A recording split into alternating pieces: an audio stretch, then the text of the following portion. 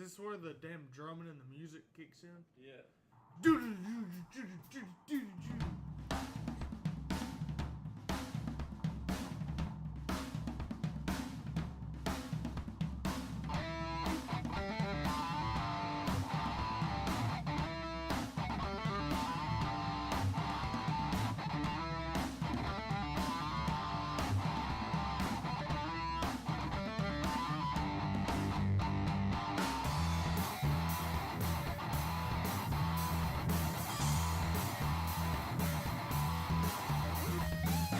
What is going on, everybody? Hello and welcome to On the Pipe podcast. Today is Tuesday, April the 1st, 2025, years after zero. That is right. Today is April Fool's Day, and I will be one of your fools for the evening. My name is Tyler Shepardson. I'm your host as always, and you're joining me just in time for this week's OTP Tuesday on the Pipe podcast, brought to you by Yamaha USA.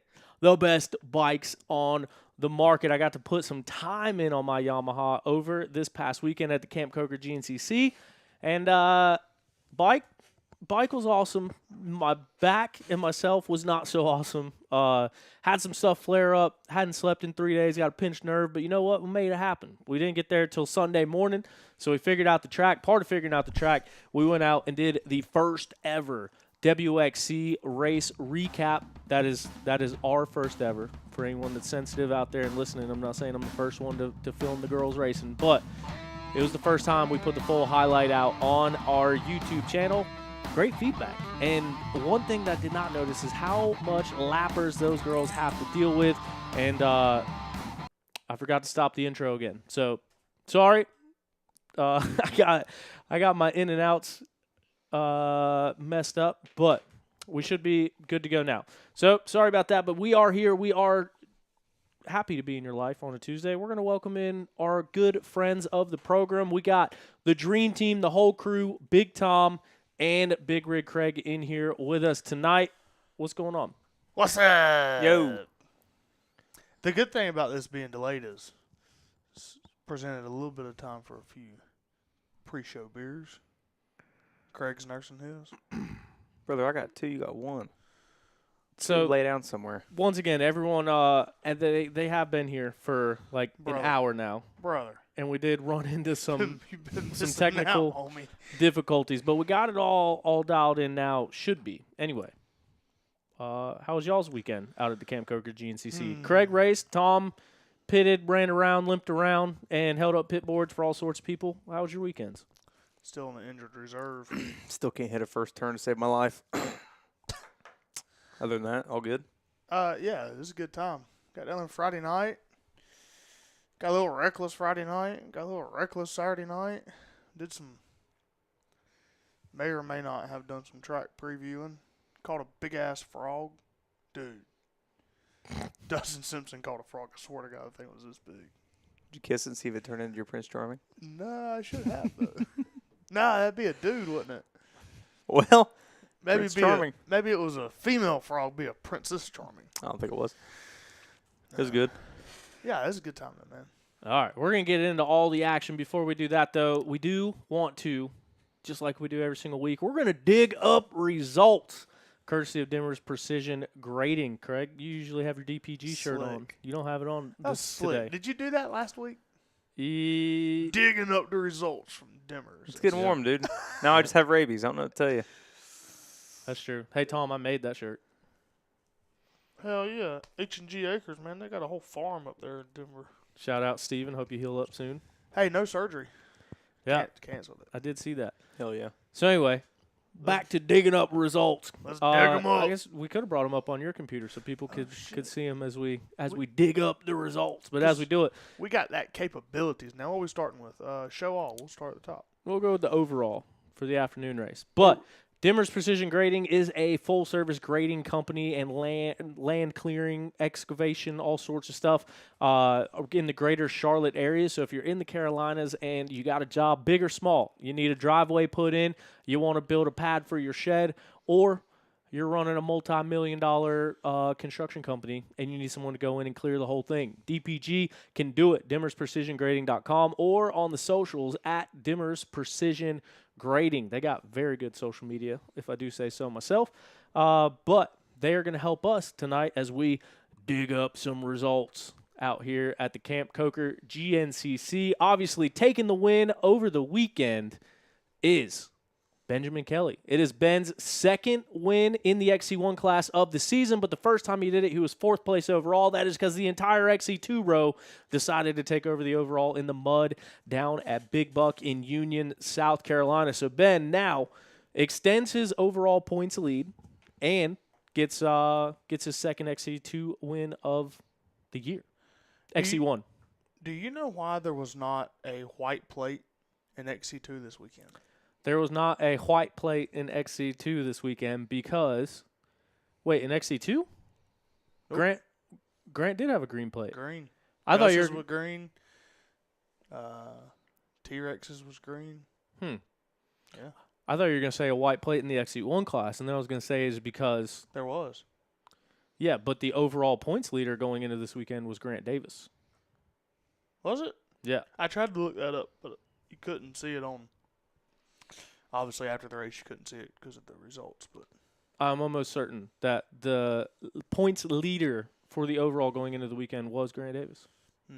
wonder who put a stop to that.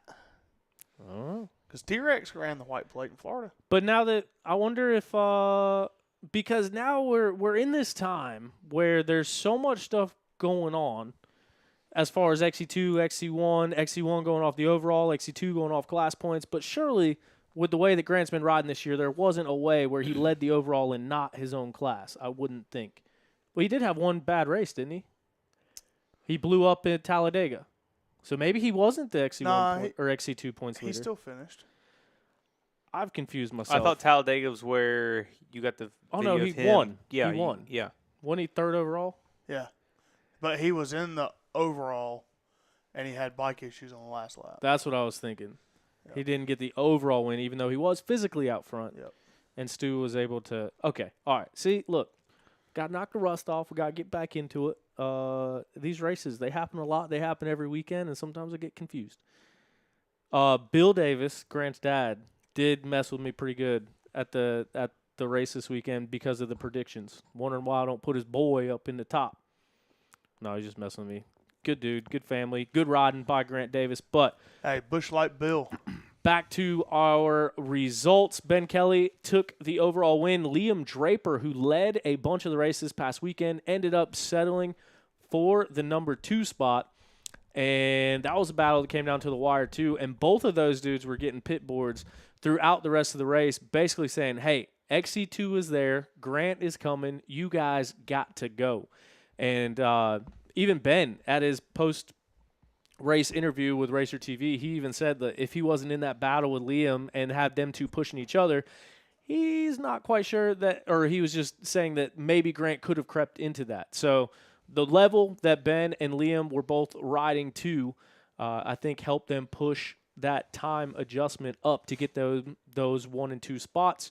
Grant Davis would take the XC2 class win, good enough for 3rd place overall in the day.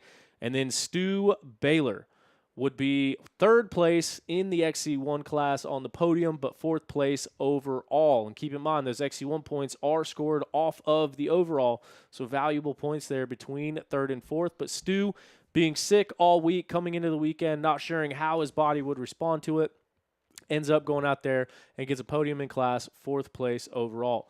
In the number 2 spot for the XC2 class, it was Angus Reardon getting it done.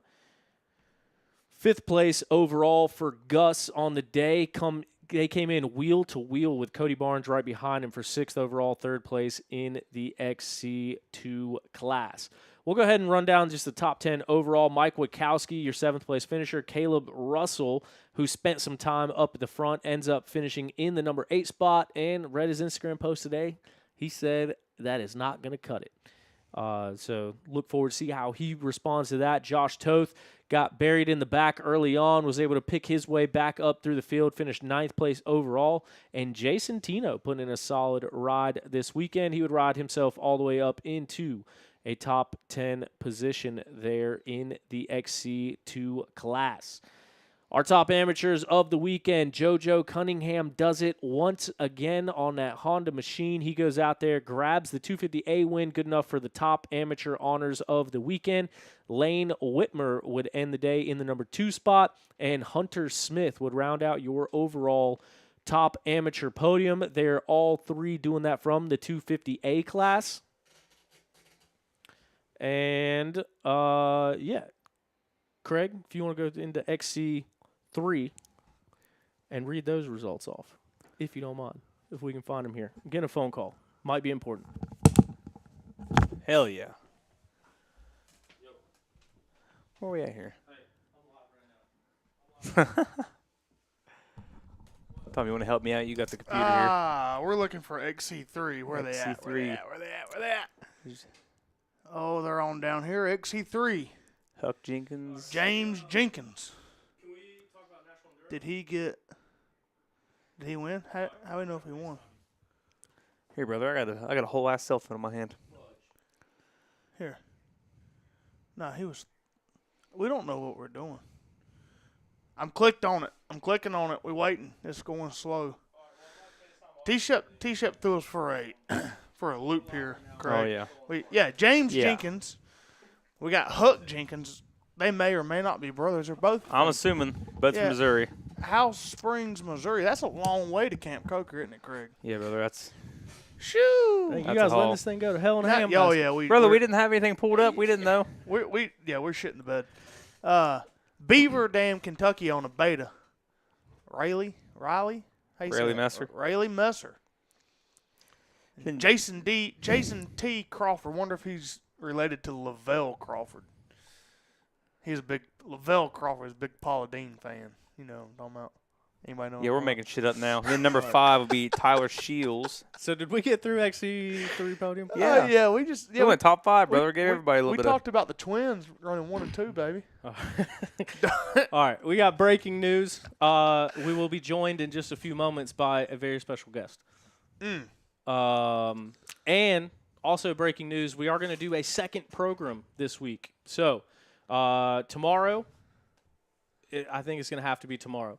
We're going to be joined by a couple guests we'll release at a later date, but then Colonel Jody Lynch will be joining us tomorrow to talk about his Racing for Legends program. He was going to be on the show tonight. Our technical difficulties bumped it out.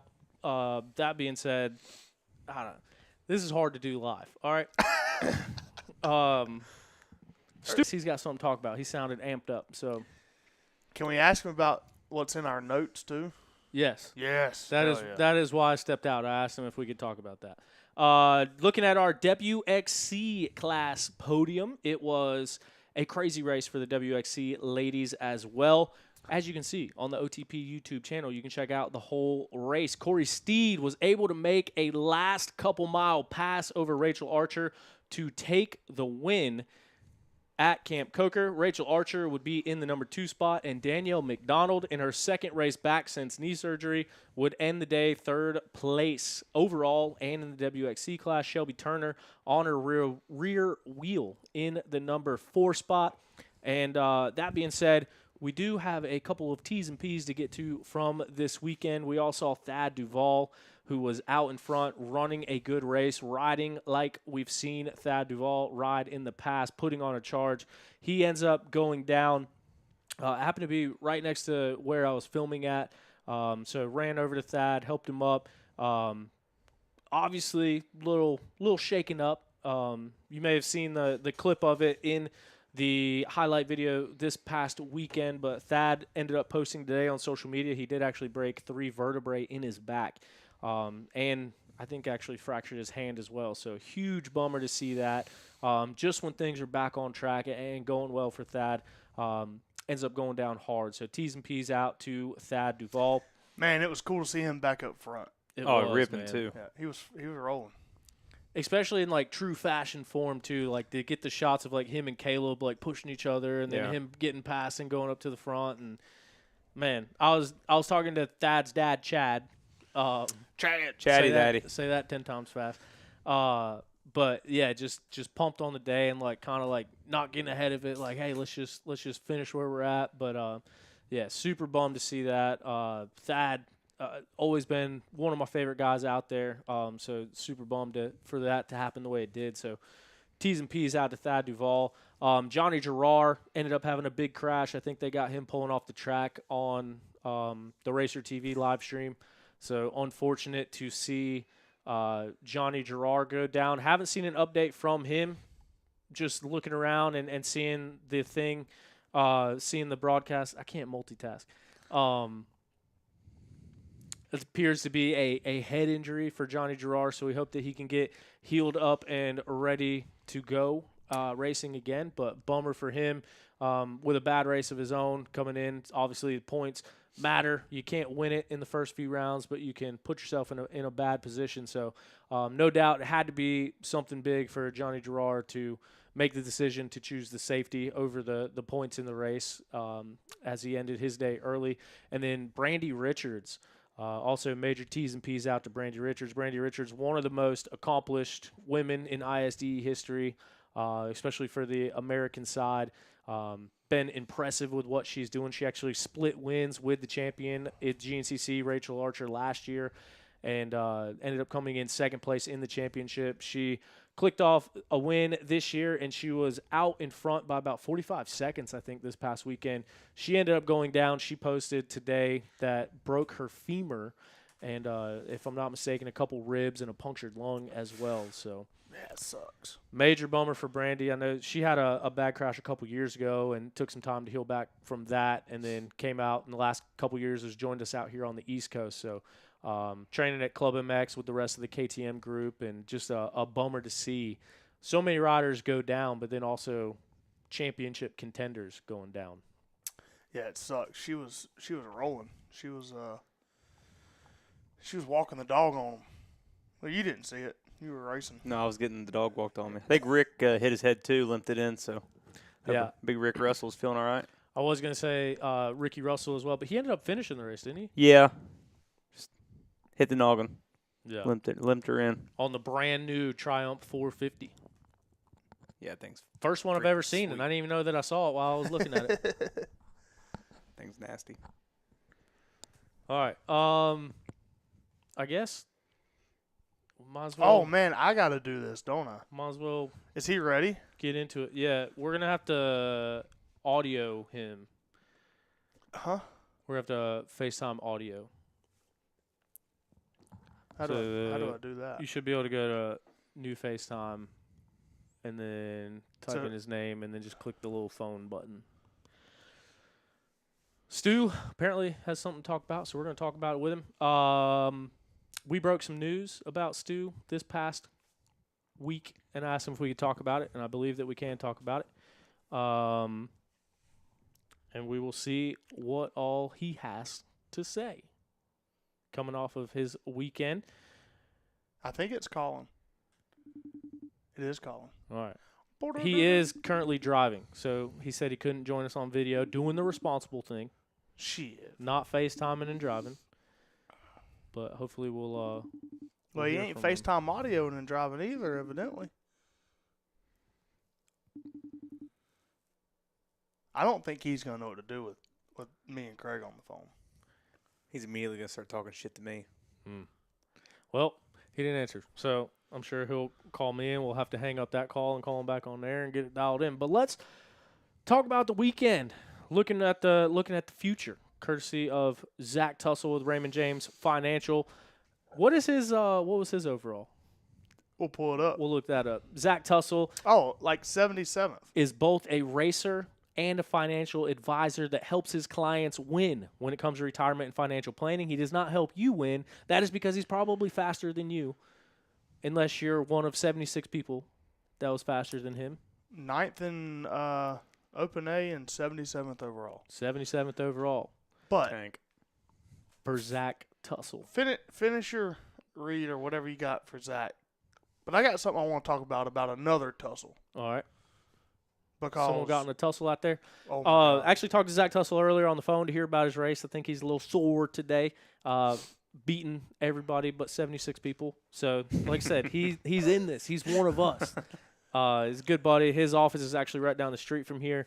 But he is always my first recommendation when it comes to financial planning. And, hit him up, TussellInvestments.com, or on the socials, Zach Tussell. Let him know you listen to OTP and get a free consultation. See exactly how it is that he can help you save money, invest for the future, and maybe even some pointers on how to go faster on a dirt bike. So, Zach's good, right? Zach does. Obviously, he's a good rider. But the real GOAT Tussell is Frank Tussell. Have you ever met Frank? I don't know that I have. He's a psycho. And in a very impressive good way. This man is 64 years old. He ran Senior A in Florida and at Coker, which is the 3-hour race. Finished 12th in Senior A and 170th overall. Dang. 63 years old. And looks exactly like his son. He goes to Manchester and does 3-hour motos by himself. At 63 years old. Maybe 64. One of the two. Brick shit house, brother. He'll be 64 this year. Why would he do that? Because he's old. I thought he's he's in Senior A. Senior A. So he could run 60 plus A in 2 hour, but he's running Senior A in 3 hour. Yeah. What was his overall? 170. Dang. It's not bad. No, it's about 170 better than mine would have been. Shout out Frank Tussell. Impressive, sir. Tank. But you know what? What's worse? Neither one of them two can change a dirt bike tire with a bib in it. Because when Frank's in town, they come to the house and have to help him. Dude, the first time I ever met Zach was at Burnt Gin Hare Scramble. Mm-hmm. He showed up maybe 15 minutes before the flag dropped. And he had, I think Charlotte ran up and started getting him signed up. I was there. He was back there changing the tire with screwdrivers. And he pulled up to the line just in time for them to say 10 seconds. Dude, him and Frank showed up at the house, put bibs in a bike. And there's like ways to make bibs easy, right? Lube them up, use a bunch of tire spoons or wrenches or something Raviconda. to stick in the bead lock. No, these guys would rather just muscle the thing on there and force it. And I'm like, you guys just stop. Let me put this on, because if we do it your way, it's never going on. The wheel's going to explode. Anyway, shout out Frank Tussell. It's very impressive. That is very impressive. With blown out wheel bearings. He did like the second half of the race with his rear wheel bearings shot. If he's like his son, he probably showed up with the wheel bearings blowed out. 100%. Yeah, just, it's fine. 100%. It's okay. What, Yeah. dude? It's fine. The wheel rolls. Like this. You ever had a wheel bearing, go? Like it was obviously junk, and then it got hot, and the whole wheel sat sideways? Yeah. Yeah. I have. Yeah. That great. doesn't surprise me at all. Yeah, but not this weekend. I had fresh wheel bearings in the rig. Yeah. Didn't help. Yeah, it did. You were riding good, though. Yeah. So what's the deal? We'll try to dial him up again and see what we got going on here. Hey, is that Geese? Yeah. Yeah, shout out him and Cameron Cisk. They was ripping, too. Dude, he was pissed. So Oh, I Cameron bet. showed up after the race, and someone asked him how he did. He goes, I won. I was like, oh, hell yeah. And after the race, Eric calls me. Says, how'd you do? Oh, I won. And I was like, well, hold on. Someone's lying because Cameron said he won. I didn't even see Cameron out there, he says. His transponder didn't work. wasn't working. And apparently when Live Lap shows, he was a few seconds ahead of him coming in. They were battling. Yeah. No. He had no idea who it was. You know what's Eric more, had no you know idea. what's more impressive is Cameron was with us all night Friday night, all night Saturday night, and he got up and ripped that shit. That's awesome. He won there a couple years ago, too, but he overalled it. I don't think he has. I don't think Cameron. I thought he did 3 years, 4 years ago. He was close, but he did. Uh-oh. GNCC Live did him dirty. Oh, was his transponder not working? No. Oh. I believe we are joined by a special guest right now, none other than Stu Baylor Jr., if he can hear us. I can hear you. It's a little light on the audio, but I should be able to make it out. Well, Well, that just means we gotta talk louder. There you go. you can probably hear Tom way better than you can hear me. Yes, you are correct. Which is probably good to sleep. We're I gotta run a couple different audio setups on here, so you're hearing us through the computer microphone, but everyone's hearing you through the good stuff. All right, good deal. Well, yeah, I should be able to make you guys out. Sounds like Craig. Oh well, I know. Give Craig a beer; he'll be plenty loud enough. Man, it's only been a couple seconds. he You've been is. talking about making out with us 3 times now. I'm starting to get a little concerned. It's all right, brother. We got chapstick over here. No worries. Stu, what are you doing? I am driving to Louisiana, headed to the National Enduro. I got to do that too in a couple days. Oh, I don't want to do Is his phone number on there? I don't want to accidentally dox him. All No, right, it just we're says good. Steward Baylor. All right. So, big weekend this weekend, man. Come back. You were sick all week. I talked to you a little bit Sunday morning. Looked like you were feeling a little ill, coming through some sickness, and ended up being able to push through, man. How'd the race go from your end? It was a struggle. Just right from the start, we been playing with some different ECU settings, and starting out Saturday, the bike was running a little bit odd. Like the power delivery and everything was good, but for some reason, like off the bottom and off idle, it was just really fat. Then Sunday, we thought we got it all worked out. Saturday, just kind of playing around the parking lot. Sunday, same thing, and it flamed out there on the starting line. The bike actually fired really quick. I hit the throttle and it just died. So last place start, which is absolutely pretty traditional for me. I've got a hell of a lot more last place starts than whole shots. So, but there's definitely tracks where that is a major issue, and this was one of those tracks. At the 4 mile marker, I was already 41 seconds down, and pretty much lingered at that 40-second gap there for the first half of the race. We tried to do an early pit stop and do what in my brain I should be able to do, is put in that hard push, and I did. I put in a really hard push. I cut that 40-second lead to like a 15, 18-second lead, and made up a lot of ground. And then just being sick, I was absolutely wrecked. So never actually got the opportunity to make all the passes that I wanted to make. I was hoping I could close that gap, get on the lead group, and make a few passes in the pits and get right back into it. But yeah, just ran myself down there trying to make that push. And from there, I did jump out of the pits behind Grant Davis, and that was honestly kind of my saving grace. Like getting to ride on his rear tire for that lap just put me in a position to where I could follow and ride towards the front without having to push to do it. And you know, it was funny. Like I was having this conversation with some guys after the race. Like in motocross and supercross, like 2 guys hook up and they go slow. And off road, like you get guys kind of hooked up and you'll go really fast. And was able to do that. You know, go fast but not waste a lot of energy. I didn't ever try to pass Grant. Like there was opportunities. He tangled up with that, and then he tangled up with a lapper, and then another time his bike shut off, and all 3 times I patiently waited. I knew where I was. I was so smoked, like vision was blurry. I was completely dehydrated. And yeah, just, I mean, wrecked, no energy. And yeah, that was my saving grace. That pulled me into the 2-lap card. From there, you're like, shit, I'm over halfway. Like I can make this thing. But up until that point, like that last 2 miles of lap 3 or maybe it was lap 4, I don't know, but kind of ran together.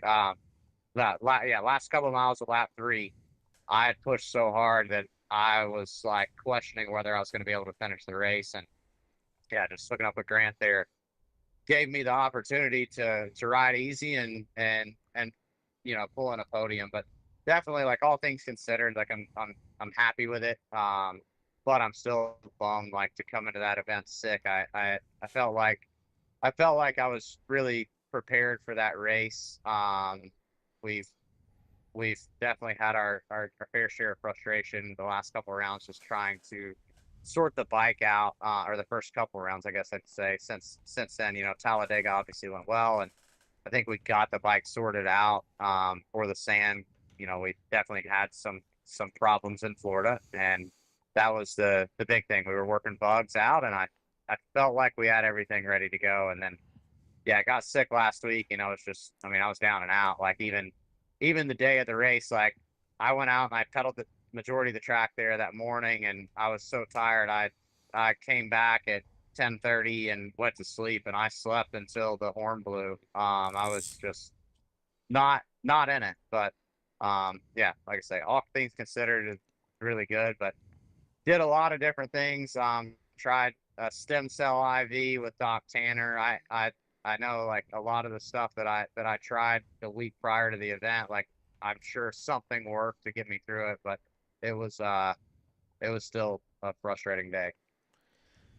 I mean, we talk about championships. We talk about the big picture, and to go out there on a bad day describing how you felt all week, I'd say fourth overall is a good day on a bad day, if you will. But going into the next race in Tennessee, we talked earlier in the year, and you're kind of recapping and going through it. And one of the things, hope I'm not giving your secrets out or nothing, but when you were factoring in the rest of the races, you said, I'll win Tennessee. Like, wasn't, hey, I might do good. It was, hey, I'm going to win Tennessee. So is that still the mentality, especially having, I don't want to say an off weekend because you still scored solid points on the weekend, but does that give you confidence going into the next race knowing that it's a place that suits your riding style and a place you won at last year?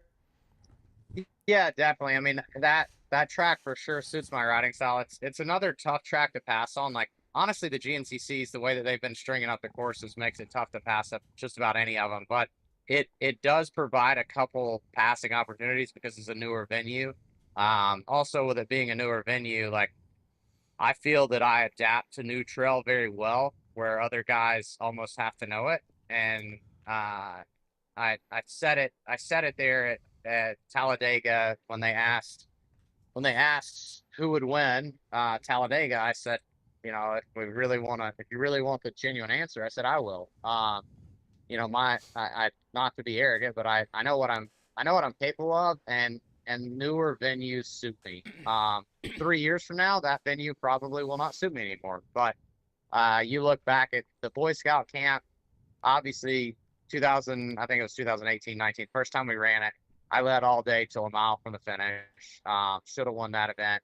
Had a bike failure, but outside of that, every new round that we've gone to, every new venue that we've gone to for GNCC in the last 6-7 years, I've won. And I think a lot of it's just from the National Enduro background. Like I've always, I guess, just adapted, been able to read the trail very well. And, you know, I think that new venues do play favorites, and I just happen to be one of the favorites for those. So yeah, Tennessee, I feel good going into that.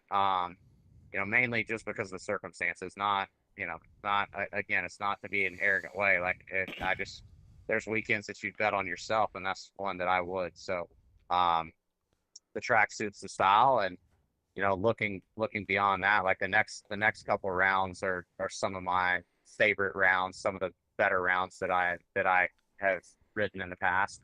You know, I think I could be right back in the mix. Hey, and Stu, I'm jumping back a little bit. You said something talking about Coker that I wanted to ask you about. You mentioned that you had a few opportunities to pass Grant at times, and you just said, no, the way I'm feeling today, being sick, whatever, I'm going to stay behind him. Would the Stu of 2, 3, 4 years ago, would that Stu have been smart enough to do that on a day like that? I don't know. Probably not. Like, I mean, realistically, I put myself in holes just because I'm a racer. Like, I get out there and I want to win. And yeah, I mean, even last year at Powerline Park, I should have settled in.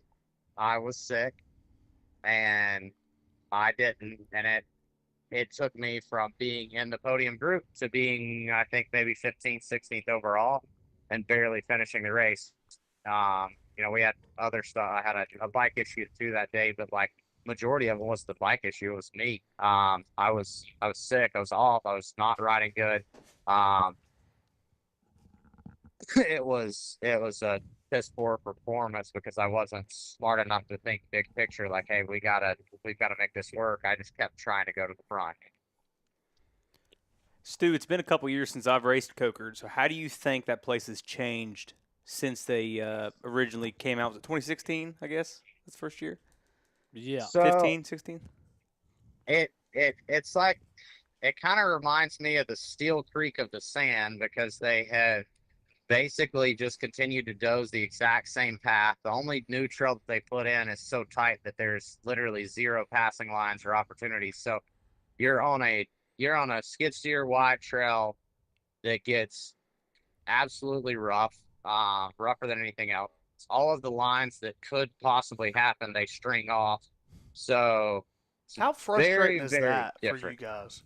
It drives me insane. I I think mean, it genuinely drives me insane. Like Coker has opportunity to make lines, and they string off any of the open sections where you could. They've got it to where it's basically one fast line that's dozed in, and I mean, it's really frustrating. Like even for the XC2 guys, like when they're coming up quick on us, like, man, I'm sure they would love to be able to find a passing opportunity, and I don't want to interfere with their race either. But a lot of times, when they're catching us, I'm looking at the podium in front of me. So and there's no passing. There's no way I can get to the front. There's no way they can get by us. So what that's is definitely aggravating. I'm sure you guys have brought that up to Tim and Carrie Joe and the track crew. What is their rebuttal to not putting up so much damn banner or ribbon? I would love to know. I mean, it's like it kills me. And then too, like I remember a lot of years where almost every track had a new mile of trail or something that was very open and gave for good passing opportunities. And like now, if we get a new mile of trail, it's only new for a year and we run the same thing every time, or they put something in that offers 0 passing opportunity. And yeah, I mean, it makes the racing kind of shit, like as a racer. Now on the TV side, I think it's better. Like it funnels us down for 2 hours. Like until the guys start to space out, it really makes the TV look like there's a lot of good racing going on. But honestly, it's just like a lot of really frustrating racing going on. Well, And so we talked about last year when we were all standing out in the woods. I forget where it was. It might have been the Mountaineer or somewhere, but we were talking about those sections and like the twine and the stripe placards that are. No, it was this next round. It was Tennessee, and Yeah. we were standing at the creek crossing at the 7-mile marker, and it was me, Trevor Bollinger, you, and my brother. Yeah. Yeah.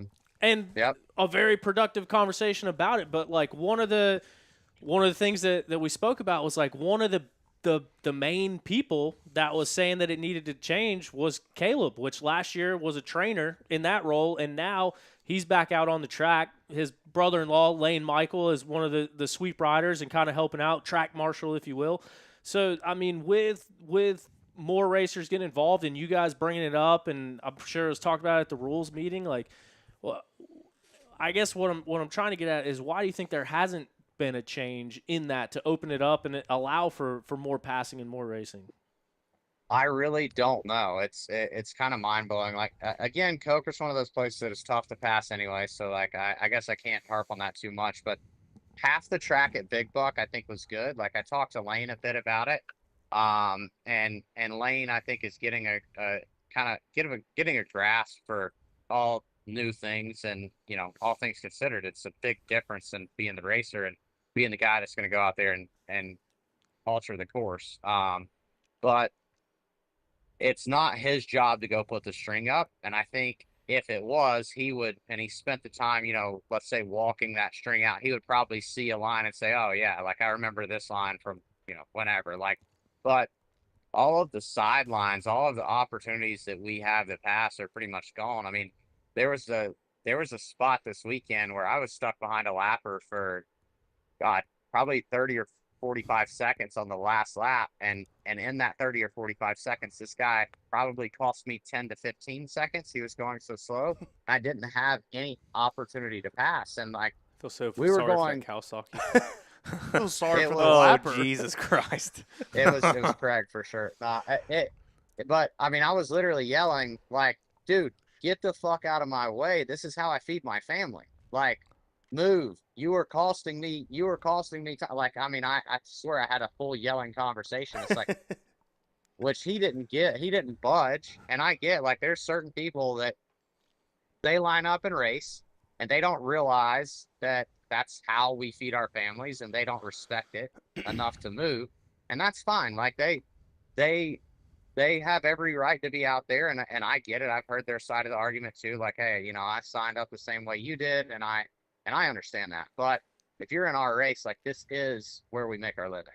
So, you know, that's a whole nother tangent. But to circle back, like, even I can't find an opportunity to pass a guy that would cost me 15 seconds and 45. Like, I can't pass a guy who's literally going almost half my speed, and it sucks. Like, that's Especially not really safely. frustrating. Yeah.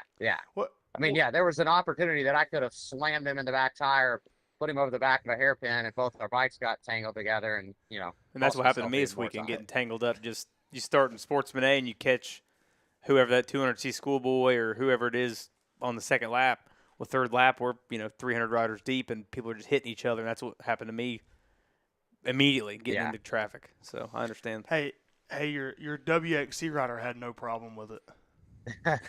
I saw that video. You got some good stuff this weekend. Like, and not only that, can you not film anymore? Because I'm wondering, like, that's 2 broken necks that you've captured in almost the exact same fashion. Dude. We were just talking about that before the race. He gets the craziest shots. It's wild of what he gets. But, I mean, to your point, that was, I mean, the first thing that went through my head was, that's bad. I need to go up there and get it. But, like, after the whole thing calms down, like, we were actually just talking about that before the show, is like, I'm the one that caught you going over the bars just like that, breaking your neck, and then Thad kind of goes down in a similar fashion. It's crazy, man. I'm gutted for Thad. Obviously, he was on your team last year. You guys are hunting buddies. You've known him for a long time, and to see him putting together a ride like he was, man, and then have him go down like that is crazy. Yeah, that's definitely a bummer. Like, he's been due. He's been needing one. I mean, yeah, he's had a rough year this year for sure. But yeah, to that point, like, Toth running out of gas in front of me last year at Coker, catching you on camera, catching Thad on camera, catching Rachel plowing a lapper on camera, catching Taylor getting taken out. It was a crazy weekend behind the lens. For sure. Yeah. Dude turns around mad at you. Hey, why'd you do that? Yeah. Stu, I got one more question about and not trying to harp on the GNCC because they do a great job overall, you know. But something I've noticed, and we're talking about track changes, things to be better, and I think we all know, I think everybody knows it, they get into the habit of just turning the track around, doing the same thing, running it this way, running it that way. But why can't they change the freaking starts? It's the same start in a massive field every year. Like, they used to have Coker, the start at least going, they've run it 2 or 3 different ways, but like the last, I don't know, 3 or 4 years, it's been straight up that hill, left around the hay bale, same thing. Does that mean anything to you guys? Like, would y'all like to see different stuff, like even if it's that simple of having a different start? I mean, that doesn't necessarily mean anything. I think for them, a lot of it, like, they're going to try to use the same area because they're trying to build basically a fan base of, hey, this is where we need to go. Like, this is where it's going to be. When you go to the parking lot, like, you kind of know where everything is. And, like, GNCC is a well-oiled machine. Now, I don't agree with everything that they do, you know, on the track, like the pink ribbon or the stringer. Sorry, the pink ribbon's me. I forgot about that. But like the stringer, like it's out of control. I mean, it creates shit racing for me. But everything else, like they've got a plan for everything, and we've discussed. We've had the starts have been something that they've talked about. Like, they want to keep it in the same location so that when a fan that only comes to one round sees okay, starts there. all right, every year afterwards, they know exactly where they're going to go. And I think Coker, like they tried it in different locations, and it ended up sticking in that final resting place where it is now because of some wet years. You know, one year our first year, it was actually right where sign up and pro pits were. Terrible that year. But yeah, it was a terrible mutter, but that year it was a great start. The problem was that was the best spot for the center of the racing action where pro pit and everything else needed to be. And if you notice, their starts are usually just a little bit off the beaten path, so that they can leave that good parking ground for everything else, and you know, kind of center the event right in that area. And yeah, so I guess to backtrack, like to your question, it doesn't necessarily mean anything start location to me. I see why they do what they do. We've even discussed like trying to come up with different things to have at other rounds, like have something that stands out. Like, you know, Big Buck had a hill. Obviously, given the insurance circumstances there, we can't have a hill, but you know, we need to find something else. Like find something to build the sport, and something that these spectators remember every year. Like, hey, we're going to this location to watch the event. So Yeah, I've never thought about it that way, but that makes a lot of sense, and I guess I just think it's, you know, for years, and I went to the GNCCs when I was younger, never like, you know, as involved as I guess I am now, but like you'd always go and everything would be kind of in the same location, but like a different layout. And I always thought that was cool because like part of the off-road deal is it's not always the same track, right? Like it's laid out different, and this and that. It's not like a motocross race where it's always the same track and always the start's in the same spot and this and that. That was always what I kind of thought was cool about off-road racing and this and that, is just that, you know, it gets changed up. yeah, Yeah, I mean, I don't disagree. Like, I'm definitely not disagreeing with you. I have to see their side as well. Like they're essentially no different than brand awareness. Like they're trying to build a following, and the more aware everybody is of where things are, like I don't know if you guys follow the GNCC Facebook page, but like some of the stupidest questions are asked on there. Like, I mean, genuinely, like the most dumb people in the world have to go on that page. So have to remember, sitting like close to him. You kind of sound like a soup sandwich. I think we broke up a little bit. But hell, if I never went, yeah, like I know. I mean, if you were to ask me anything about a Bassmaster tournament, like I know that they do a weigh-in, but I don't know how any of that shit works. Like I mean, I'm just as ignorant. And actually, the reason I said Bassmasters is one of my buddies, Brian Latimer, B-Lat. is the one that, B-Lat. He explained this in a way that has created why we're doing YouTube right now. It's basically, he said, you know, for me, fishing has created an opportunity, lifestyle, a business, and I used to think all those questions were stupid too, because I tie my knot this way. A lot of fishermen don't even know how to tie a knot. And if you think about how simple fishing is, think about how complex dirt bikes are, and what what we think is stupid. It's very good information for others. So, you know, a lot of people have no idea what goes on behind a professional race team, behind the scenes. You know, they don't have a clue what testing is even about, or that we're even normal people. They feel so separated from it.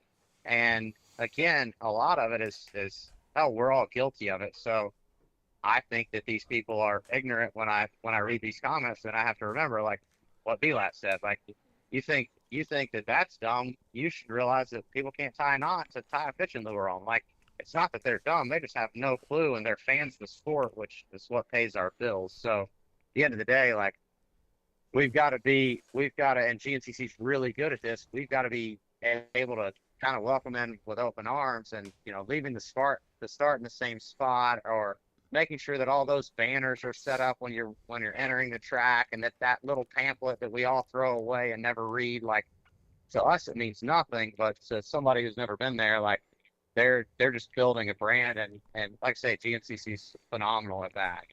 Yeah, and yeah. To that point too, especially people getting started in the sport, like everyone else has been doing it for years, and those things that like is just common knowledge to people who've been doing it for a while. It's one, they don't know it, and two, not sure, like, or like kind of almost embarrassed to even ask some of those questions. So yeah, kind of back to the Brian Latimer thing. Like I told you before, like he taught me and my brother how to bass fish. Like simple as that. And but no, going back to Camp Coker and the changes and things that stay the same. A few years ago, we used to have the finish line right next to a pond. Now the finish line is not near a pond. So I just got to ask, after this past weekend, the way that you were feeling, if we were next to a pond, what would you have went for? Would you still went to the SOS tent with Dr. Tanner getting an IV, or you think you might have just went and belly flopped into that pond to cool down? Which one would have been your post race routine there? I was so delusionally tired that if there was a pond sitting there, I would have ridden my dirt bike in there, full gear and all. So it's a damn good thing for my mechanic's sake that there was not a pond near the finish line. Well, yeah, it is a good thing that you were there. And the hydration testing, man, it's one of those things that, I mean, we talked about it on the show. It's like kind of weird of all the things to go after, like that is what was targeted as far as not being able to do it before the race, but in emergency situations after the race to get you caught back up. Yeah, I mean, I know the rules is 12 o'clock on Friday, but so normally, obviously, I'm always at the races on Thursday, and I didn't go this week on Thursday so that I could go up to Dr. Tanner's to get an IV.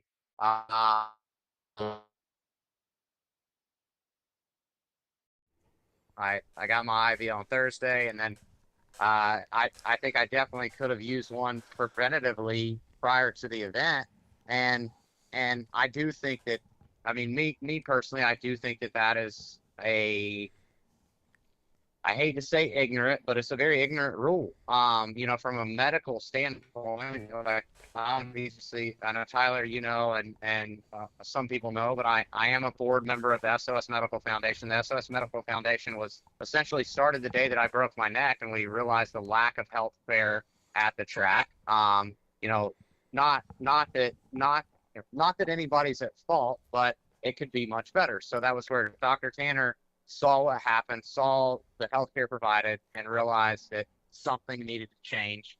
And this guy has tirelessly worked to be at all these races and do it on a donation base. And I mean, he's given up on-call money as a surgeon who literally is scraping by, taking a lot off his plate for us, which I greatly appreciate. But you know, I've also acquired a lot of knowledge about it, being involved with SOS and Dr. Tanner. So just some of the things, heat strokes are real. Like and from my understanding, and I would have to read the rule, but I know it's more targeted towards pros. From my understanding, I think amateurs still can get IVs. The flaw that I see with this is an amateur racer, 2.5 hours in, if they don't feel good, they can pull off. A pro racer is going to give it everything they've got until the point of failure and put themselves to where their body's shutting down, giving themselves a heat stroke. And I've personally suffered from 3, and they damage your memory. Like, my last bad heat stroke was really bad. And I mean, it almost killed me. You know, a lot of people didn't know about it. I was in the hospital for 2 weeks after Limestone, Indiana, 2017. And I think that the IV, it's not a steroid. It's not something that is out there to enhance performance, but I do think that it is a precaution that we could take as professional athletes to make sure that we're not going to go out and kill ourselves on Sunday. On top of that, dehydration is bad for your heart. Your hearts are already elevated. I mean, there's risk of cardiac arrest, even at healthy athletes. Like we've seen over the last couple of years, a bunch of healthy athletes collapse on fields and otherwise. Also, Well, and when God you're Almighty, dehydrated, look at Liam's data that he put out. yeah, I mean, and That's that's just a normal. Like insane. that's every week. We do that every week. I mean, we are pushing ourselves to the absolute max. I mean, you do some research on it. What we do is physically impossible. Like you can't stay at zone 5 sustained that long without your body shutting down. It's physically impossible. We're going deep into the hate tank and pushing ourselves mentally to go through that. And yeah, I mean, even concussions, like we'll discuss concussions because this weekend that was a big talking point with Johnny and I think Cooper Jones. And, they're discussing doing impact tests. Well, on the flip side of that, if you're dehydrated, you're more prone to get a concussion. So, with the fluid around your brain, basically, if you do not have fluid around your brain, that's dehydration. Even, a lot of people, I guess, if you have kids, if you have a baby, you realize when a baby is dehydrated, they have a soft spot that reappears on their head.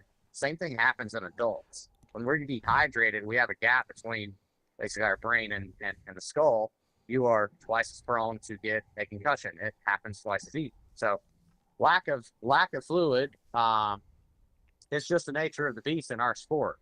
I think it's preventative. I think it shouldn't even be frowned upon. I think, for the safety of the sport and some of the guys that are going to push themselves the way that I do, I think it would make racing safer if we were able to get fluids, hell, even the day of the event. I think, I don't see a problem with that. Like the biggest thing is you can't have every Tom, Dick, and Harry hooking up to an IV line in their camper. So I can understand that. Like it would have to be policed. And I think that, hell, there's plenty of pop-up IV clinics that would do it, or Dr. Tanner. Like somebody could definitely police that and make sure that it's done properly. And yeah, I mean that I'm sure that was a bit long-winded, but that's my opinion on it, and I think it's ridiculous. I feel the same way about BP 157 or different kind of peptides.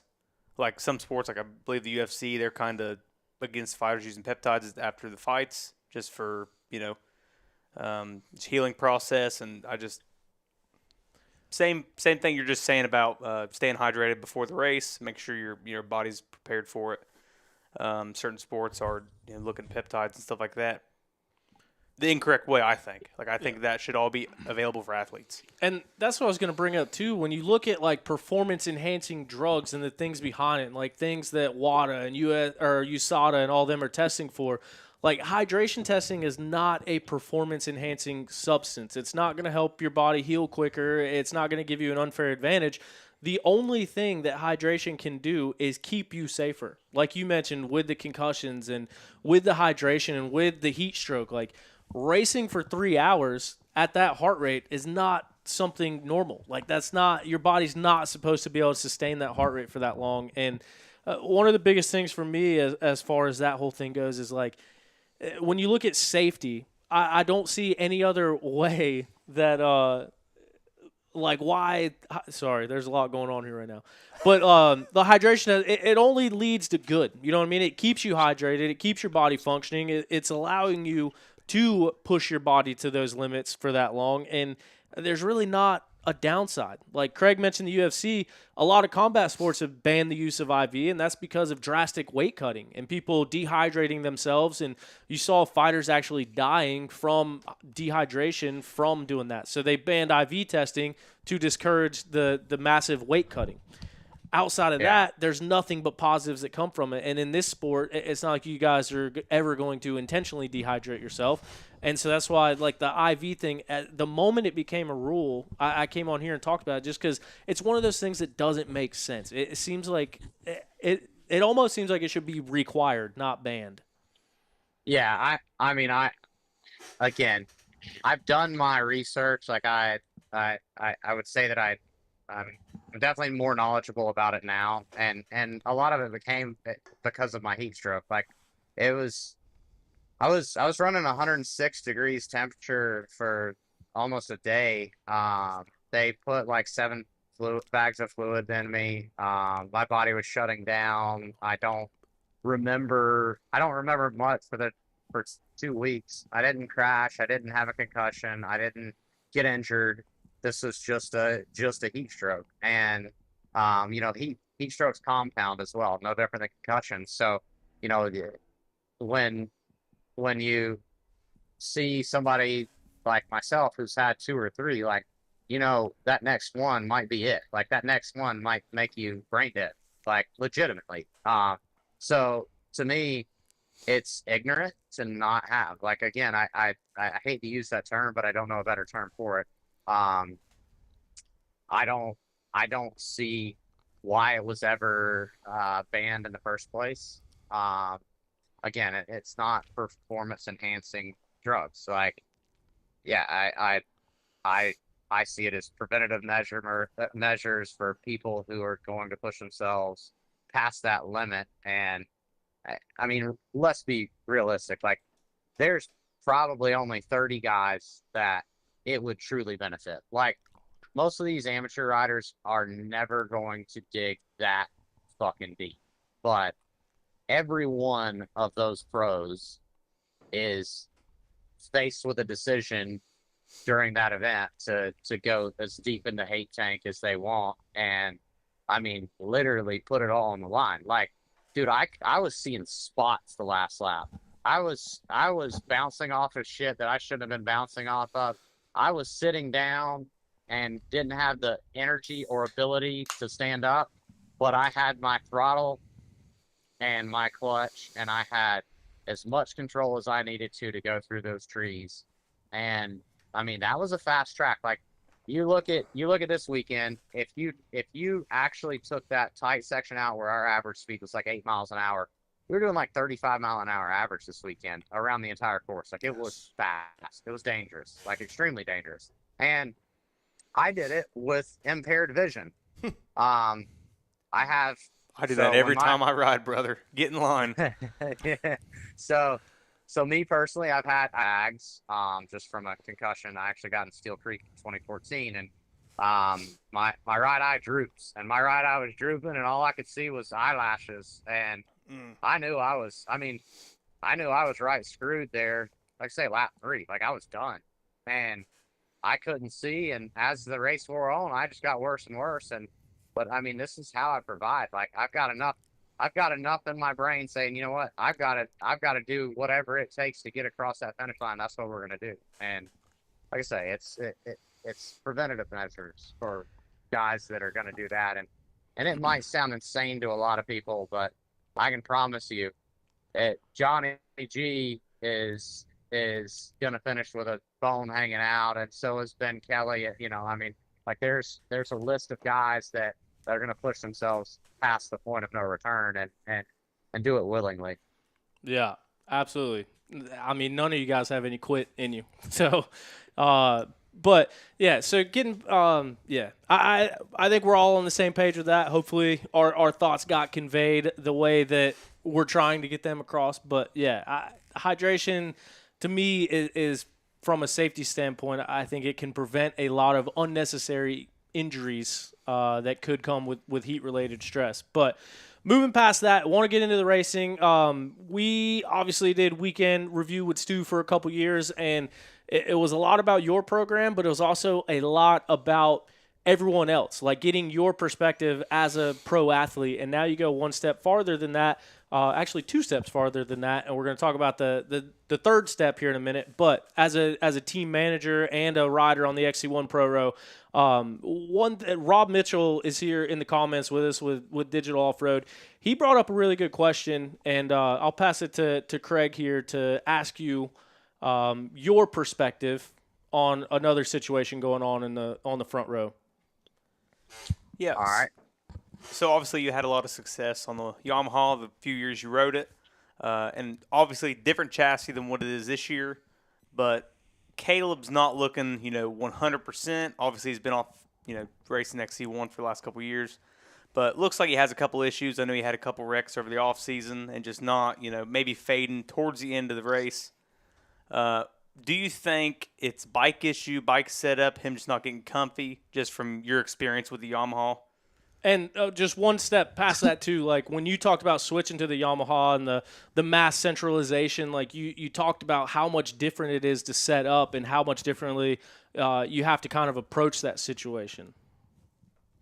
Yeah, I mean, like I hate to elaborate too much into another rider's career, but again, like that's what this is about, and I will give you my 2 cents and take it for what it's worth. Like, hey, if Caleb listens to this, like this is not an attack on Caleb. This is my opinion, and I feel like he would do the same to me. But no, I think I think you kind of touched on a few of the things. I do think it's a lack of comfort.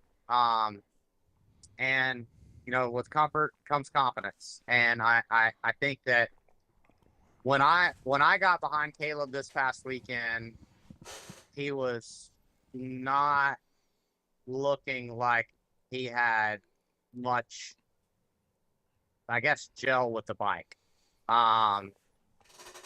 He was just uncharacteristically riding. And I think yes, number one is the Yamaha is much different than a KTM, and the Yamaha wants to be a softer setup. It's, for some reason, that chassis likes to move. When I look at Caleb's bike, like it worked in Florida because he's not letting it move. He's got it stiff. He's got it dead. Like, you have to ride the Yamaha, like, you have to change the way that you ride. It wants to bottom out. Like, that's the best way to do that bike. Like, it wants to bottom out. Beyond that, it's a lot of power. The bike is really fast, but like, of all the engines, like, man, the way that the Yamaha engine performs, like, hands down, I think it's probably the most competitive engine. It's very, very good.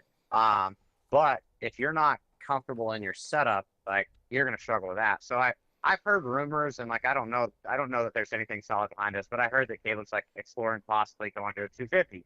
I don't think that that's the best option. Like, I think a 450 is a lot easier to ride at 90%, you know, for 3 hours, than a 250. You got to ride at 100 all the time. Like, so, you know, and again, this is just literally rumor mill. It could be completely untruthful. It's working for them XC2 boys this year. It definitely is. Like, I'm not going to say that he couldn't go out and crush it on a 250. He has in the past. But I think that Yamaha 450 is a really good bike. I think he's just missed his setup. And, yeah, like you said, there was some crashes this offseason. I think he missed some testing opportunities. And, yeah, lack of comfort and inability to set up the bike the way that it needs to be set up. He's setting it up based on, you know, a very, very long career with KTM. And I struggled when I got on Yamaha. I made my shit way too stiff. I went way too stiff, and I had to come back. I mean, way back. Like, we started out with basically like KTM style settings and closing everything off and making it, you know, the way that I remembered riding a bike, and I had to go way softer. Like, that bike wants to feel the bottom, and I don't think that his bike's soft enough, fast enough, and, you know, he hasn't learned how to ride it for what it is. But I do know for a fact that they're on the FX, and that FX is a terrible bike. Like, That's what Austin Lee said. Easy. Like, I mean, I hate, like, it's the same bike. Like, that's what that makes no sense. Like, it's the same bike, and I know Yamaha's big about pushing their FX over the YZ and the off-road, but, like, to me, just run the damn YZ. It works so well. And forget the transmission. Like, that's the problem. That's the problem with the bike. When I went to Yamaha, I rode the FX. I'll never forget. I rode the FX long enough to realize that I would never ride an FX. The way the transmission is, it just doesn't work for pro riders.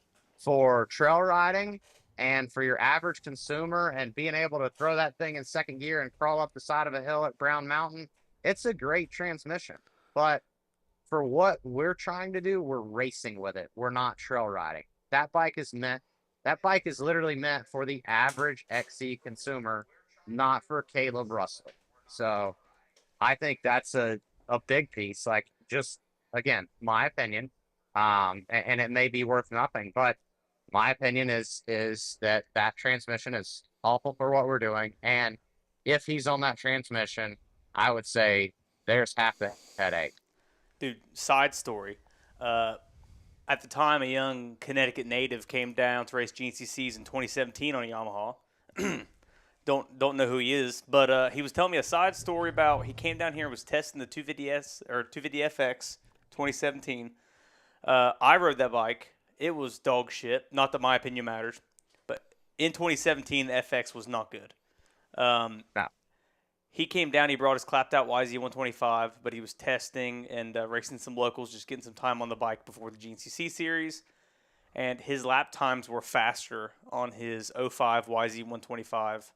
And his did that YZ125 happen to do a backflip in a sand pit? I mean, I've heard rumors, but the 1,000 hour I think YZ125. I think he was on a KTM, but yes. Yeah. So I do believe that when he did the backflip, it was on a KTM. But the 1,000 hour YZ125, true and trusty, absolutely ripped. Yeah, I mean, I think that the gears are just stacked right on top of each other, and then they've got a weird spacing, and it's not it's just not a usable transmission for what we do, and it's crazy. It's crazy to think, but your gearing on a motorcycle changes your chassis as well. So if the transmission is bad and you're trying to counteract by running a weird gearing, it's also going to put your chassis in a bind. I mean, everything on these bikes works together, and you throw one piece into the mix, it's different. Like, it changes everything. So again, I don't know if they're changing that transmission out. I know there's been rumors in the past that they took the FX and then turned it into the other transmission. I don't know. I don't know these details, but what I do know is that transmission is not good for what we do, in my opinion. And if that's one of the things, I would definitely go away from that. And also, like I said, he's not learned how to set the Yamaha for what it wants, and that thing wants to bottom out. So, Before we say that, D-Shep is having a dilemma over here because Yeah. you're absolutely shitting on his newest and greatest sponsor. Yeah, that's my bad. no, That's not, not my as, bad. not as bad as Craig Not as is. bad. Dude, I said a Yamaha was better than the Yamaha. What do you mean? I walked out to the bathroom and said, "What is going on in there?" No, but there's a lot more of us than there are Stu Baylors and Caleb Russells in the world, and I mean, there's been other like the betas. I enjoyed riding those, and my buddy Keith Mitchell got one. He said the same exact thing. Like, it's a good bike to ride, but it's a hard bike to ride fast on. And so it's kind of like the same situation with the Yamaha having the wide ratio transmission. I guess when you guys are trying to max out the power of it and get absolutely everything out of a machine, it comes into that whole thing. But it just, I don't know, it's one of those. This is exactly why when this question came up, I kind of wanted to ask you about it, because you are a very good test rider. You are very analytical. You can break down what you're feeling and what you're seeing. And I remember when you went on about when you were trying to get that bike set up, just all the differences in it. So, yeah, it is interesting to hear from that standpoint. Me personally, I love that 250FX. Boy, that YZ250, it revs my heart. I mean, it's a good bike. Like, I'm not gonna lie. Like, I for your average consumer, for the average racer, even, like, it's not a bad bike. I'm not knocking the quality of the motorcycle. Just, again, like I say, for what we're doing, it's not up to par. The transmission just doesn't do what we wanted to do. And then I want to say there's some other small changes, like the fork link, possibly shock link, like just small things that may affect the overall performance and what we're trying to get out You of got to be the man motorcycle. enough to hold on to it. Well, why can't I think it's fast as shit. what doesn't make sense to me is why don't like in Caleb's situation and in your situation, why don't they just give you guys the regular YZ or KX or whatever it may be, and you just throw some X or FX stickers on there and tell everybody that's what it is? Like, Austin Lee did it. well, why does that not happen? I mean, I know Tyler's sponsored by Yamaha, and I don't want to get I don't want to create any turmoil or them say, hey, like, you can't ever do a podcast with Stu Baylor again. But Or Craig. let's just say, like, it's the powers that be, and some people are very closed-minded, and it's not the race team. It's nobody down at the races. It's just they're very big corporations, and from their standpoint, it's a marketing strategy. They don't even want it getting rumored that, you know, a rider may not be on that bike because they're trying to sell. They're trying to sell that bike. You know, it's the same thing. Like KTM, And it's that way with every company. Yeah. Yeah, Beta didn't even absolutely. want you to do suspension settings. Like, Beta didn't even want you to send forks and shock to a different company. Like, buddies of mine who wrote them, they were told, yeah, we'll just do it in house. Don't send it anywhere. Yeah, I mean, it's very, like, every company has their hiccups, and it again, it's a corporation. Like, these are publicly traded corporations that really genuinely like, we're such a small piece of it that They don't care. what we're doing in GNCC, like, they really don't care. I mean, like, the people that we talk to do, like, the people that you and I know, like, yeah, they want to see everybody succeed, but, you know, they're getting blowback from the guy above them that's saying, hey, like, and you know, obviously, Tyler, you know this very well, but our job is marketing. Like, my job is to sell motorcycles. That's solely what I'm here to do. I have to sell motorcycles. Yeah. Which means that the entire racing department falls under one umbrella, and that is called marketing.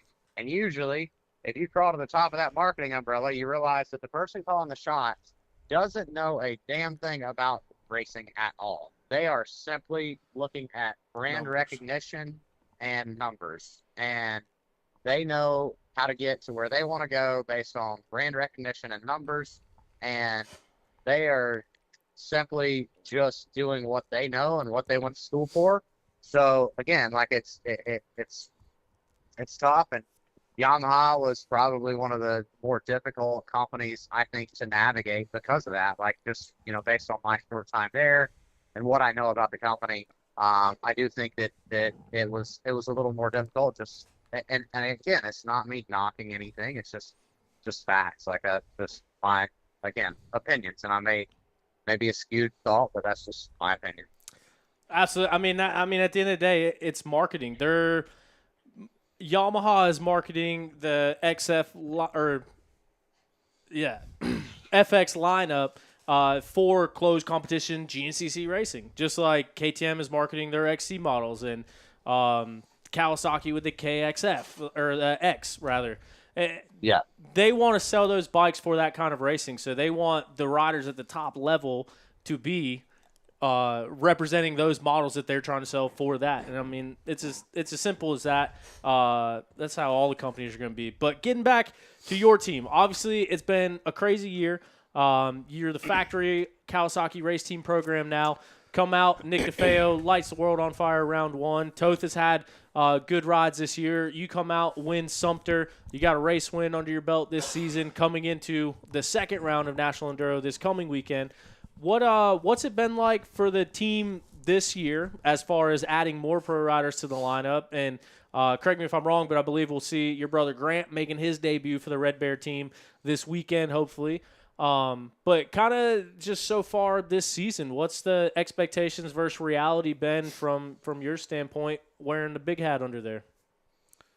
I'll be honest. I mean, it's been a lot more of a struggle than I thought it would be, and again, it's all the circumstances. We've got new mechanics, we've got new riders, we've got new management, and essentially a whole new program. Although we were on Kawasaki's last year, we weren't the factory program. So now there's a lot of there's just a lot more communication, I guess, that has to take place to get anything to happen. And last year was more like, hey, I'm calling the shot. This is what I want to do. We're gonna roll with it, and it works.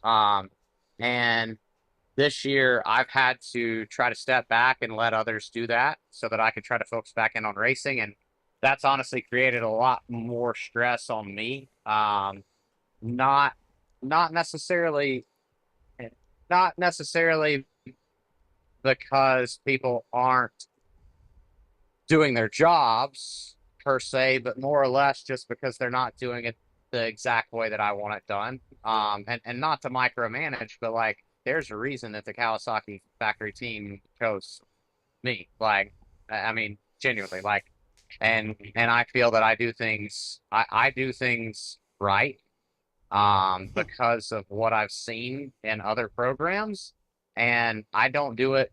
I genuinely, like, I'll be the first to say, like, I really don't do it budget consciously, like versus a lot of other programs. Like, we throw a lot of money away, genuinely, like, too much. Right now it's getting kind of out of control, and like that part's Like buying been, a limo.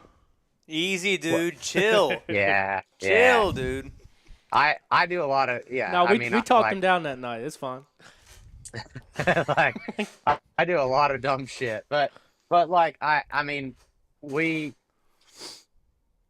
everything hasn't been peachy. Like, I'm not gonna lie. We changed our motor package, which then highlighted something else that I was having issues with, and the clutch, and we had to change a lot of stuff chasing it. And I was getting a lot of just genuine, like, bad information, and we double, triple tested the same items because people weren't listening to me, and thinking that I don't know what I'm doing testing. And it's like, dude, I promise, like, I will feel anything on that bike. I don't need to waste my weeks testing the same thing 3 times because somebody else wants me to. Like, I know what I'm feeling. I know what I'm doing. It's been my job for the last 17 years. Like, I'm not stupid. I'm here to chase the championship. Like, get out of my way. Let's do it right. Let's do it the first time, and let's not waste time. I'm very, like, the way that I do things, like, I'm efficient. I'm just efficient in my thought process.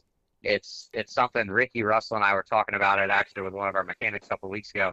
It's funny, but being a professional off-road racer, you get very good at making quick decisions and making the right decision the first time.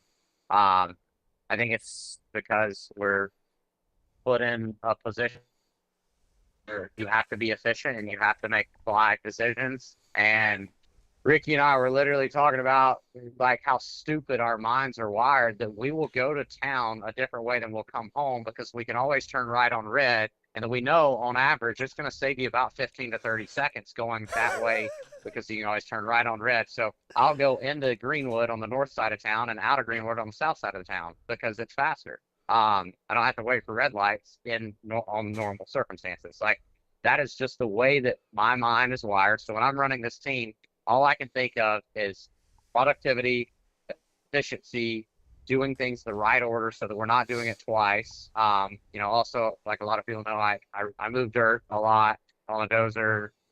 There's this thing that it's called triple moving. Basically, if you move it wrong the first time, you have to move it 3 times, because if you move it wrong the first time, you then have to move it out of the way and then back to where it needs to go.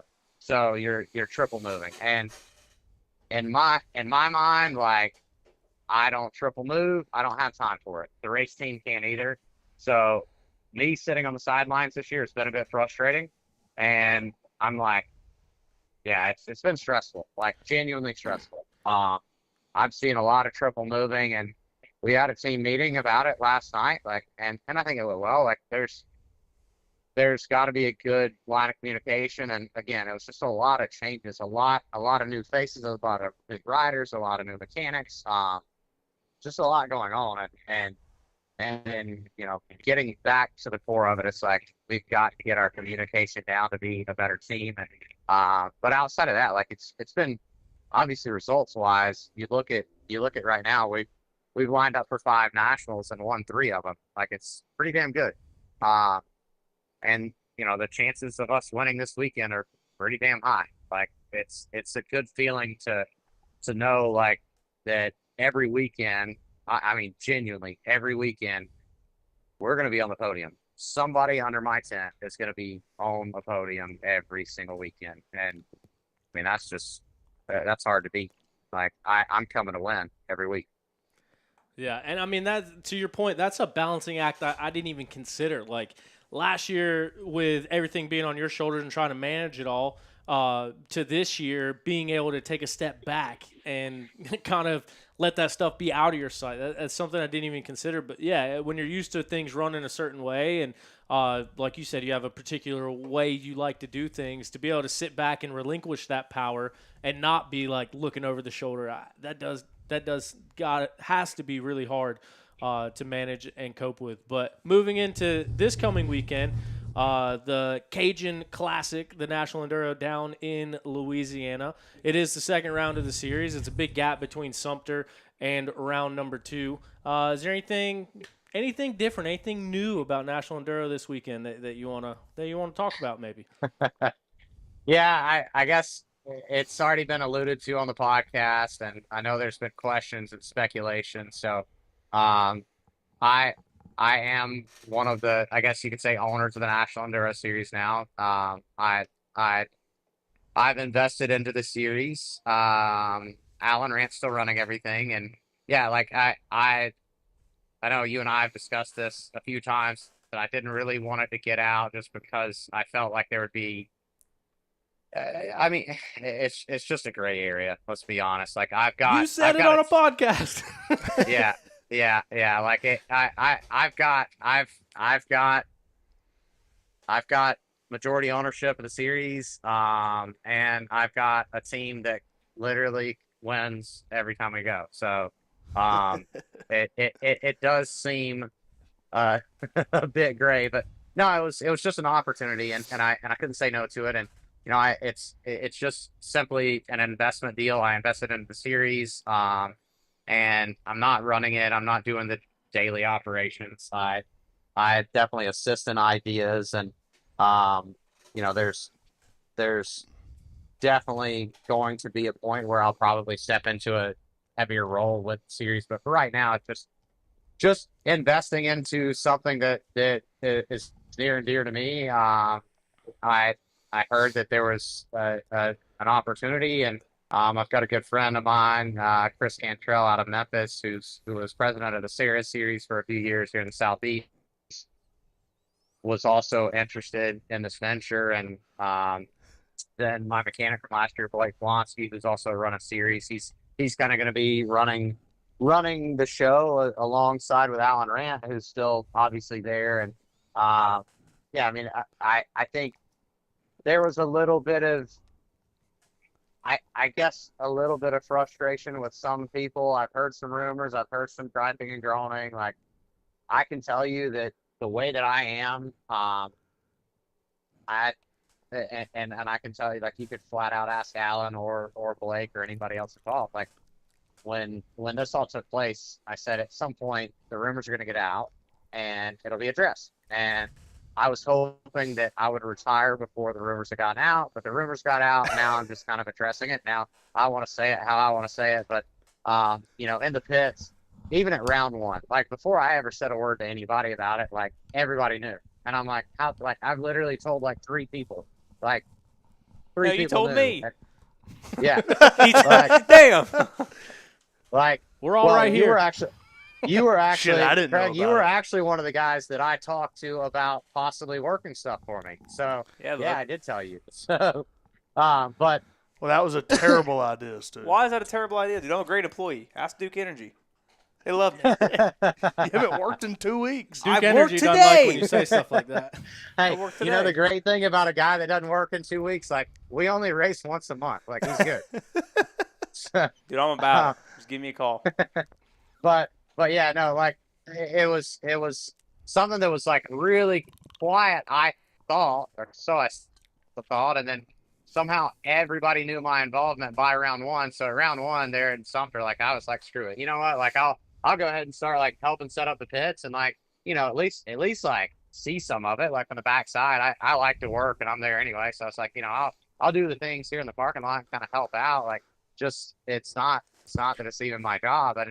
I kind of want to see, like, there might be a day that I am not an investor, but actually, running it, and I'd like to see a little bit, but again, it's like, I don't have the time or energy to invest into that, just the finances, and that's what we did. So self and Chris Cantrell are investing and kind of, coming up with some ideas to hopefully assist and revamp the series and make it bigger and better.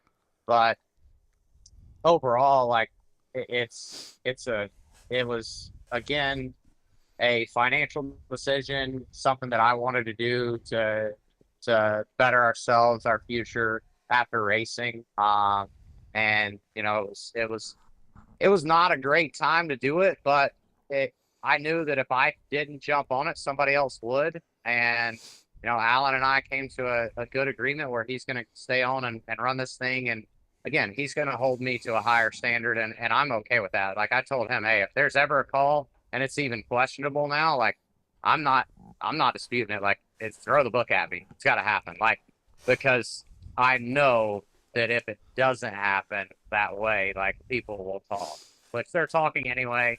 It is what it is. I was good friends with Caleb. I watched him in the early parts of his career where he was really struggling with the tension that came with being part of the family that owned the series that he was winning. And I know that's, there's some of that will happen, but the good thing about National Enduro is, like, there really isn't any advantage because the club's set up every event. Like, there's there is really no way to get an advantage, gain an advantage there.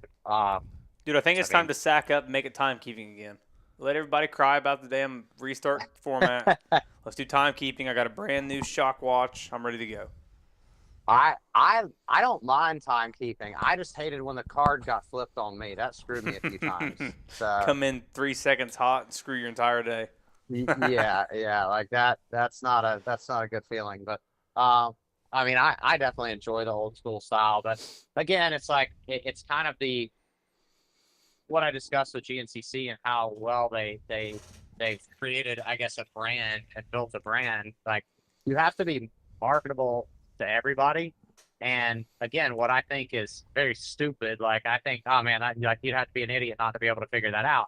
It's only because I was doing, my dad did timekeeping enduros. I learned what a route sheet was at a very early age, and I can figure it out. I can do quick math. I can do numbers. And I understand the speed averages and all of the other stuff. A lot of people don't know how it works. So, you're making it to where new people to the sport, it makes it more difficult. So if anything, I'm going to go the opposite way and try to make it more inclusive. We're trying to just kick around ideas on ways to make it better. And like, I can't knock at what Alan's done. I mean, they if you look at the last 17 years, I want to say, since he took it over of National Enduro history, he essentially unified a series and made a national series and created consistency where there otherwise was none between, and it's stupid stuff that you may not think about, but like having the same color marking from Texas to Louisiana to Pennsylvania. It's the same arrows. It's the same route sheet. It's the same crew. It's the same scoring system. It's the same points. They've taken something and made it better. And that's my goal as well, is how can we take what he's already done so well with and make this even better?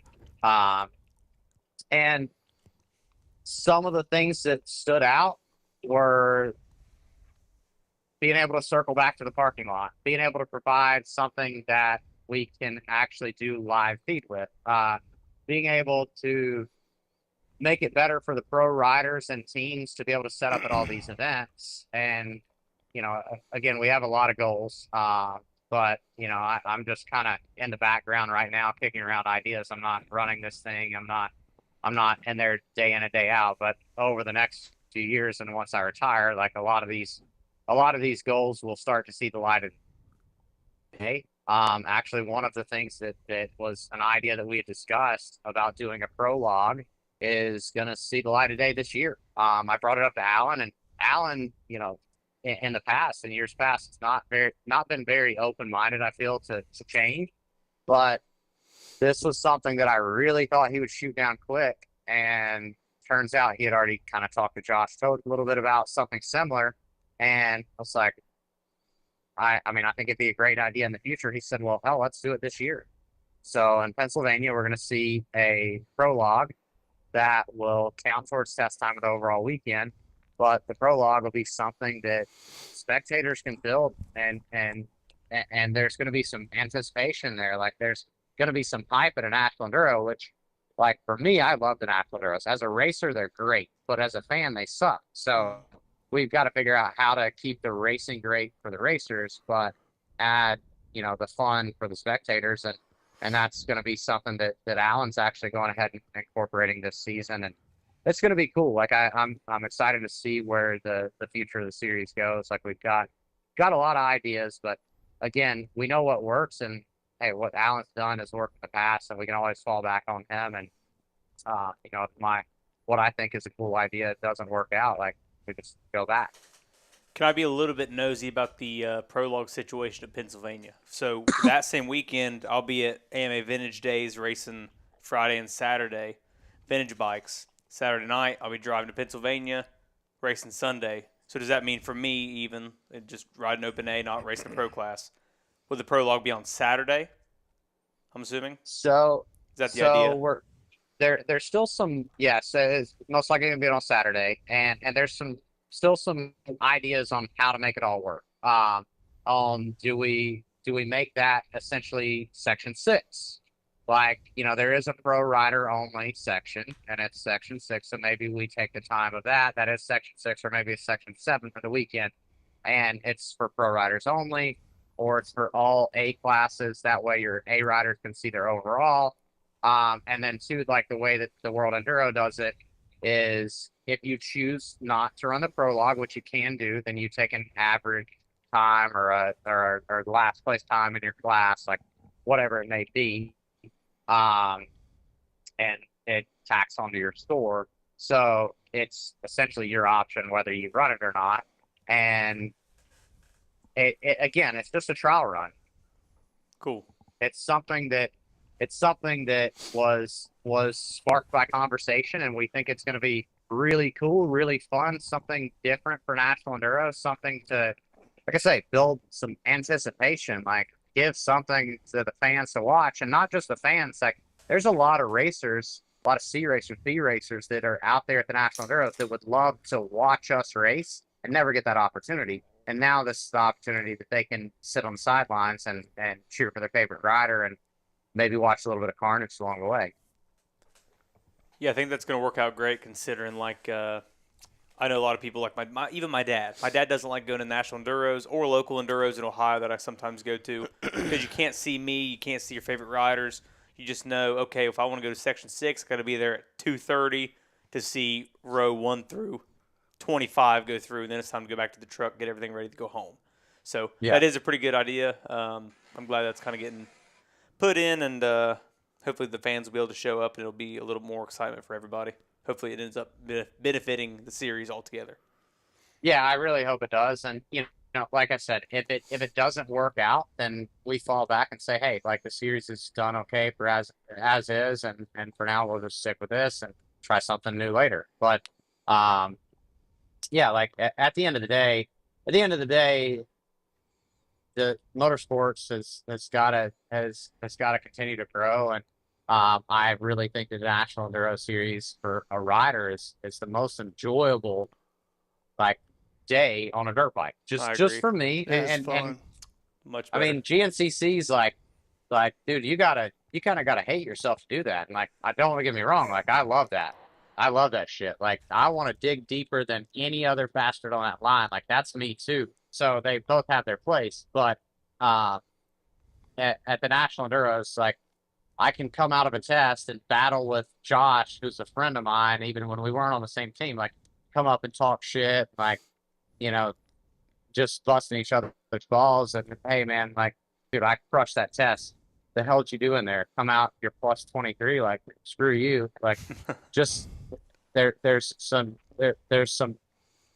little Get a little bit of time. stabs you can take, and you get your time to talk to the guys, or hey, you missed your bike setup, like change your torque. You got time. Yeah. And I've done that. Like, dude, I changed my gear between sections. Like, I'm an old man, and I like to be comfortable, so I literally changed my gear between sections. So like dry, comfortable gear. And for the average guy like me and Tom, like showing up and not destroying your motorcycle, like I've done the 3-hour GNCCs. I did it for a couple years. I mean, I've rode the 2 hours. I feel like I destroy my shit at a GNCC.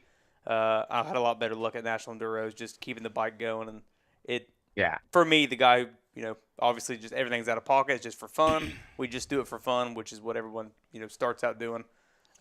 It's just, I enjoy it better. They are challenging. Like,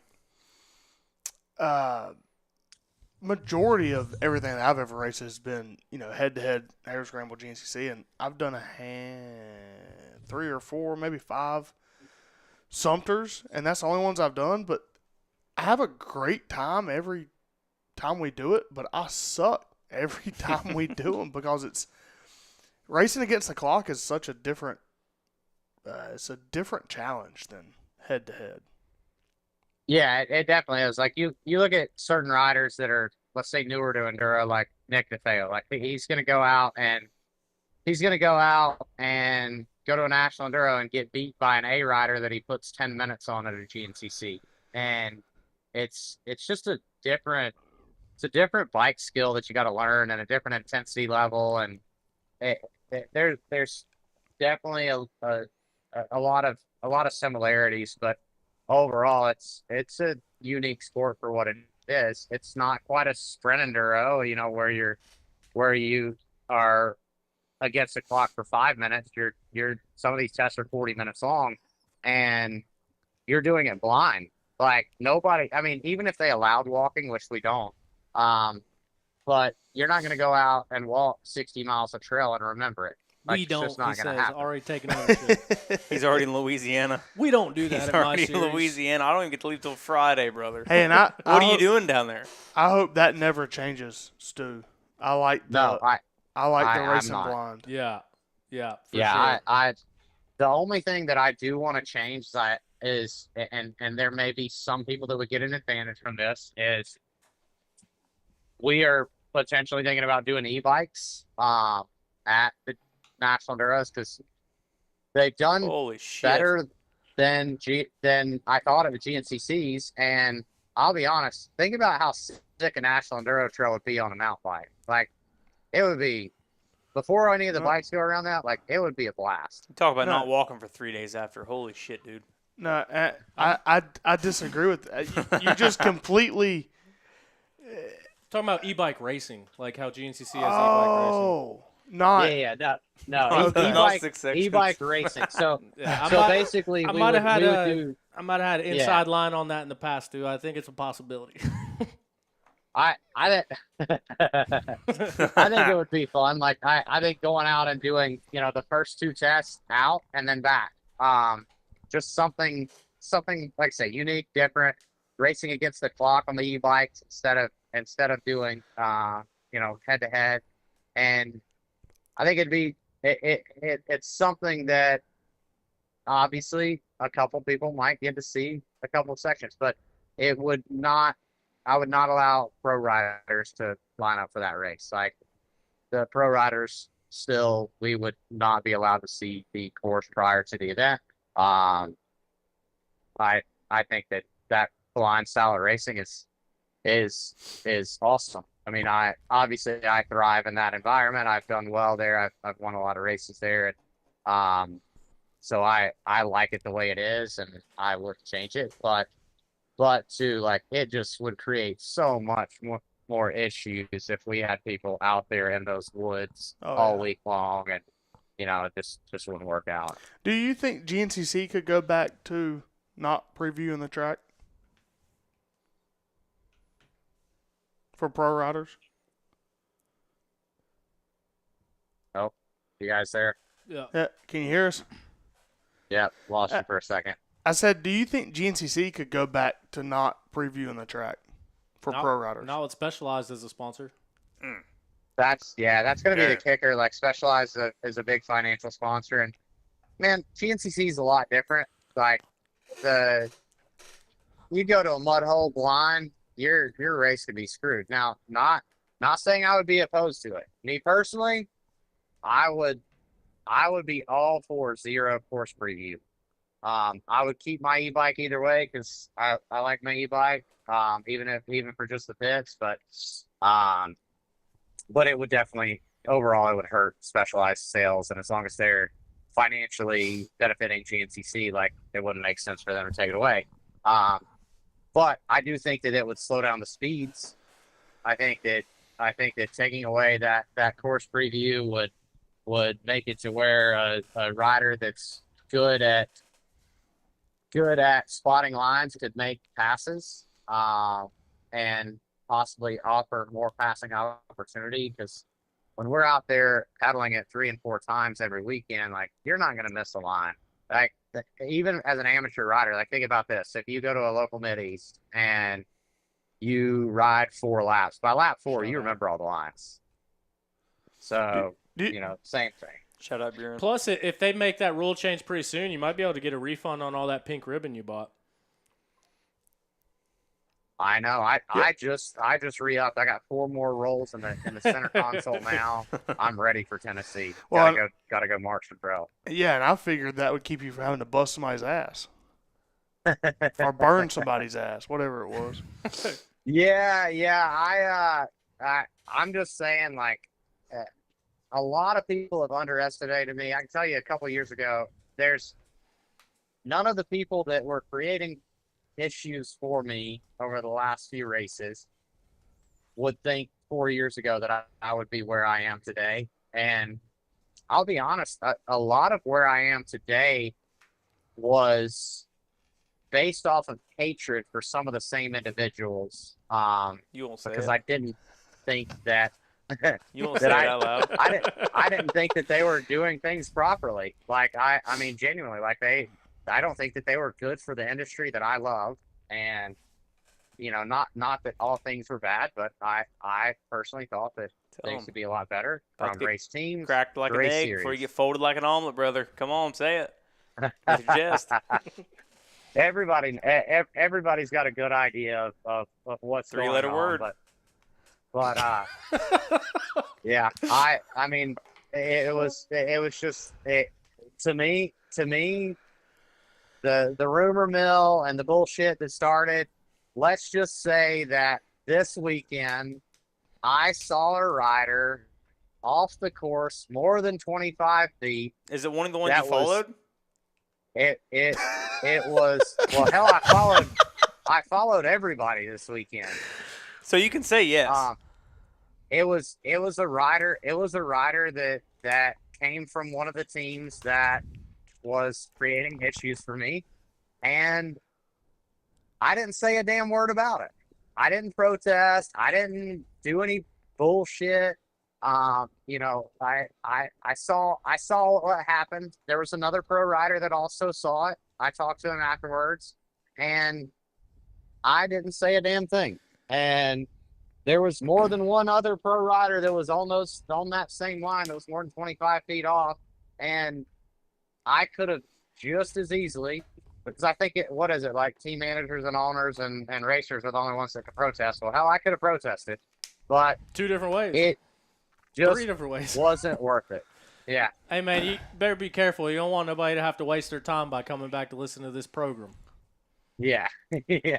So, but yeah, I mean, a lot of rumors got started there after the first couple of rounds, and accusations of my riders being on different courses at Big Buck, and man, like, dude, I was in XC1. I watched Nick and Josh pass me, and so did everybody else in XC1. And that Big Buck course was cut down to like a 7-mile racing course, and there was people standing almost all the way around it. Like if there was a big cut line, somebody would have seen it.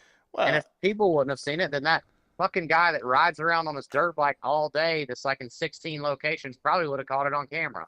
So, like he catches everything else on camera. like, all thanks to that wonderful transmission in that thing helping me get around. Well, Big Buck's such a damn outlier though, because that track was so blown out.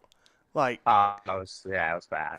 Everywhere There's got to be everywhere some you- common sense Yeah. for situations like that. And I tell you what, we were right down. It was the PowerPoint, I believe, where y'all came in by the river, came in by the creek, and you had to kind of turn left through a mud hole and hit that wall.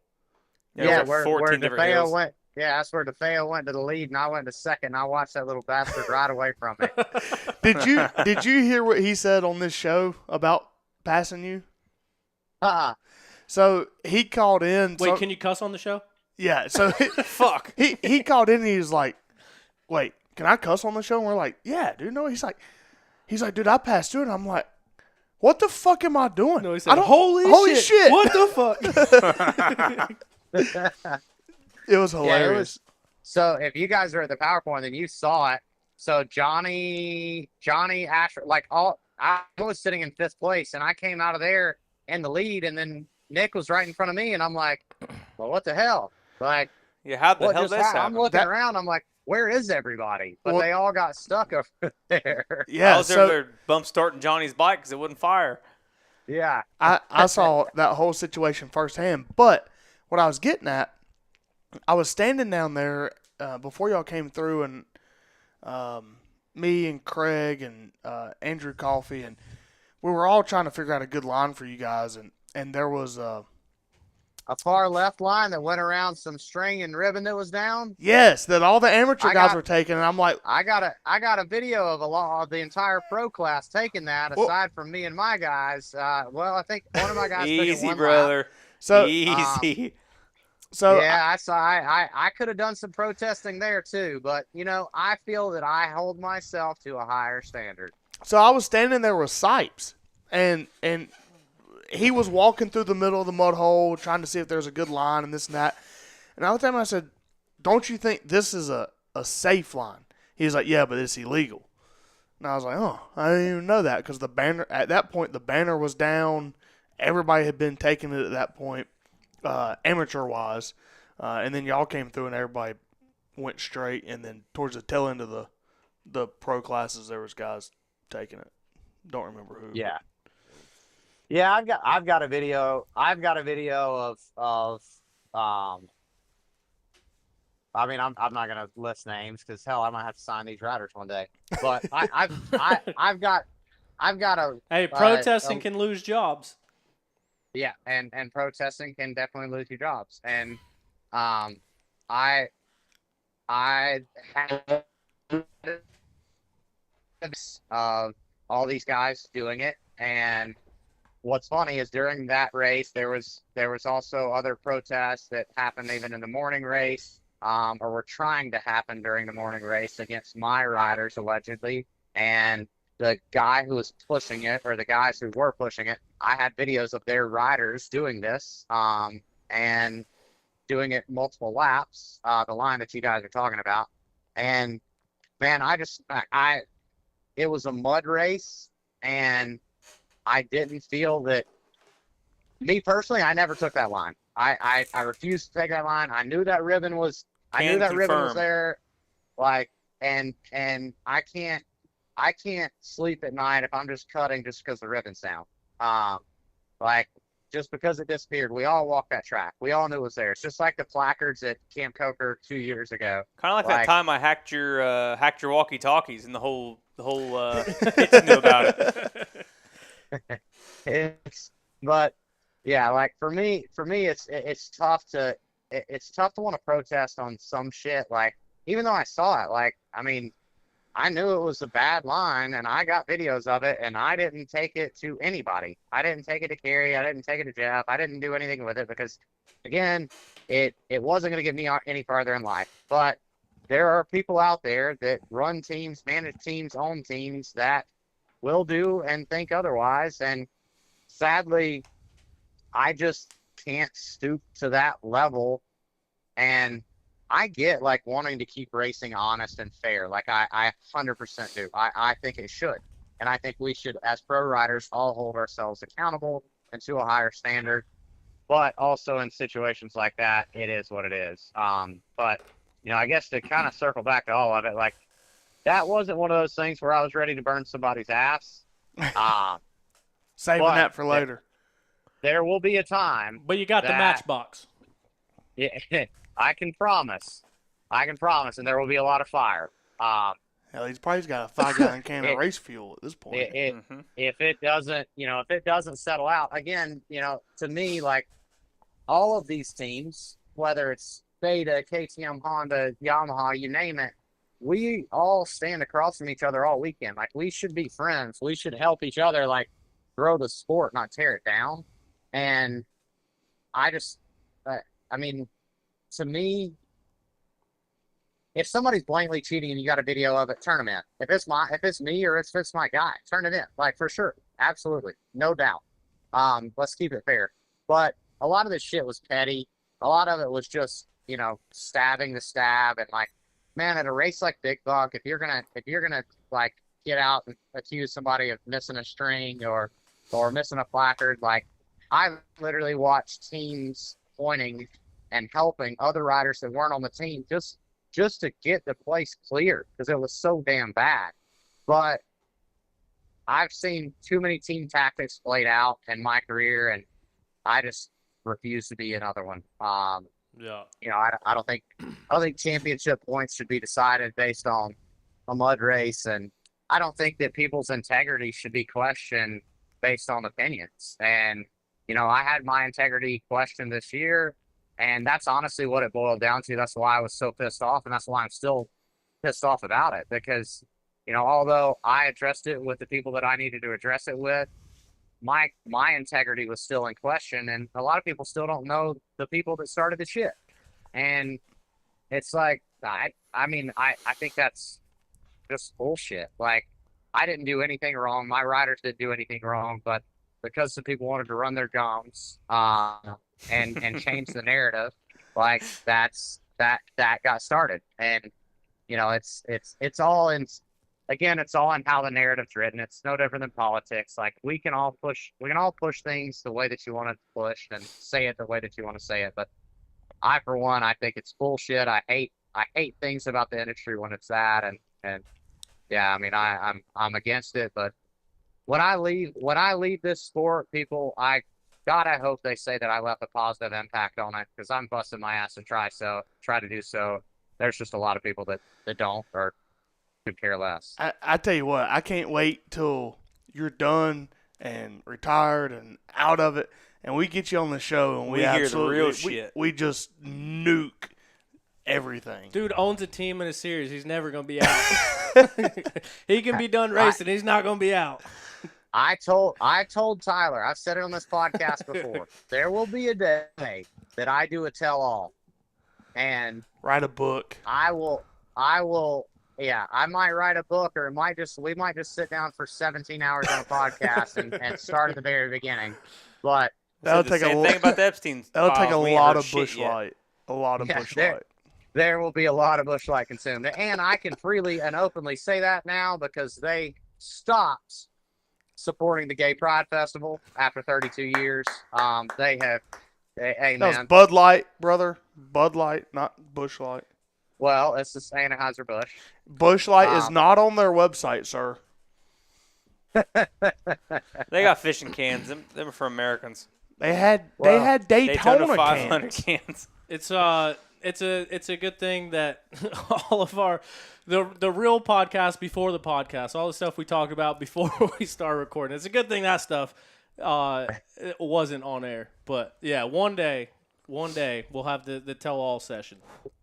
Yes, yeah, absolutely. I feel like it's selfish to not let people know the real stories and storylines behind racing and what all actually happened. And right now, like, I'm trying to do my best, even with like our YouTube stuff, like trying to do my best to show a lot more of what's going on behind the scenes without dropping names as much. Like, because again, I have to work with these people. I have to keep a mutual respect, and they can look at me and say, you know what, I can respect that he didn't say my name, and I can do the same. And that's kind of where I am with it. I think a lot of people know where my frustrations are, but a lot of people don't, and a lot of people won't, because I just won't say it right now. But like I say, that 17-hour podcast, one day it'll come, and we'll do it all. We'll say it all. Perfect, man. Well, I appreciate your time tonight. One last question before we let you get out of here. And like I said, thanks for taking some time. It was kind of impromptu. You called me when we were already live. So I appreciate you dropping by. And it's always cool because there's always so many little nuggets and pieces of information and things to take away from conversations with you. So the YouTube chat appreciates it, and we appreciate it as well. But back to I just kind of want to wrap up the whole team thing. And with all the stuff going on, has there been any discussions between the team managers of like, hey, if something happens, if you guys have an allegation, if you have a video, if you have some stuff that could be suspicious, let's all get together as team representatives and figure this out before we take it to the governing body, whether it be NEPG, GNCC, or whatever. Because kind of like you said, like there's not many people doing this in the world, and I feel like it's a lot more conducive to the sport if everybody can get on the same page and work together rather than trying to find rule 137B subsection F. You broke this rule, your whole team needs to be disqualified. Yes, actually, I guess you'd say great minds think alike, because that was actually my idea. So when I sat down after the allocations, I actually sat down in Talladega and had some conversations with some other manager owners, and essentially I told them what I said on here, like, hey guys, we have to sit across from each other every week, and I think that realistically, if it's going to come to he said she said, then it should be addressed and sorted through before taken to GNCC, because what happened in Florida was it was literally a he said she said deal that got taken to GNCC, and it had zero factual basis, and it damaged my reputation, and I didn't like that or respect that at all. And I told those guys, I was like, put yourself in my seat. Like, what would you want to do? Like, obviously, you guys went and turned something in based off what your rider told you, and you never came to me. I'm right here across the street. I'm an open book. I'm not gonna lie to you. Like, I would literally screw myself by telling the truth 9 times out of 10. Like, I'm not going to lie. And if you guys think otherwise, then you guys don't know my character. But obviously, they put my character in question, so they don't. But I think that when it comes down to that, there should definitely be conversations between the managers. And, on the flip side, they say, oh, well, the GNCC should be the one making the final call, or they should be able to handle this. We should be able to take it to them. They can handle it. Well, it's not GNCC's job to track down he said, she said bullshit, plain and simple. If a rider thinks he sees something else on the course, then he can take it to his team manager. I think that the manager should discuss it and make sure the stories are all straight and that they have their facts in line before that. Because we all know, I mean, it's a simple game of telephone. We all know that if you hear something and you track it back to the source, usually some of the narrative has changed. And essentially what happened in Florida was the narrative was changed.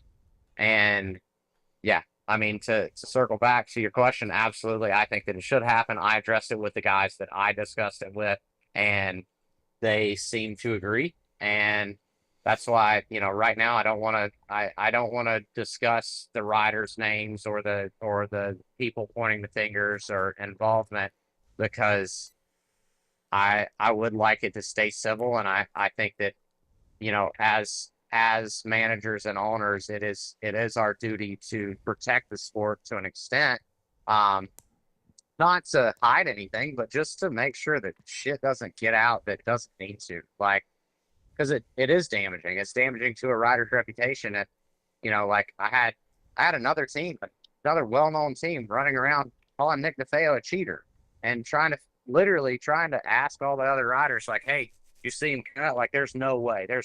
And look at the kid's lap time. Like, they were good. Look at Talladega. He backed it up. He was on my ass whenever his bike broke down. And hell, he could have followed me to the overall win. It was on the last lap. Like, but yeah, I mean, now I've got an 18-year-old kid who, again, his character's in question, and that's not cool. Like, that's petty shit. And sadly, with social media and phones these days, a lot gets out. And again, I feel it's my job as an owner. It's to protect the sport to an extent. And I think that, yeah, we should all do better. Absolutely. Well said. Way to wrap things up. Yeah, dude, like I said, thanks for stopping by. I know you're on the road, but still appreciate you coming in and dropping by and chatting with us and dropping some knowledge on everybody. Yeah, I know you've been only to get it. I've just been so slammed. And last week I was gonna do it and I was sick. I was sick because I didn't even get out of bed. I was like sleeping for a day solid when Tuesday rolled around. And yeah, it's been too many rain checks, and I knew I needed to follow up and get on the podcast. That way, you didn't throw something in my front wheel and video it or something. Yeah. No worries, man. I know how it goes, but yeah, platform's always open. So anytime you got something that you want to say or want to get out in a long form thing, we're always open. But yeah, man, like I said, thanks for giving us the time. Yeah, absolutely. I appreciate it. Chat soon. All right. See you, Stu. Good luck See this ya. weekend. All right. Thanks, guys. See ya. So that was Steward Baylor Jr. joining us, a little impromptu thing. It's tough because trying to line up guests and get guests coming on here, but as you can see, we were, an hour late starting the show today, so it's tough enough just getting everything rolling. Stu, obviously a good friend of the program, used to do the show a lot together, still work closely alongside of him, so it's cool with that because there's not as much the interview pressure. It's just talking to Stu, you know what I mean? So cool to have him drop by and get some of that knowledge and a lot of good questions and a lot of good explanations that I think we got out of that. And you guys have heard the weekend reviews with Stu, and so now it's able to get in here and ask some questions and see things from the other side too.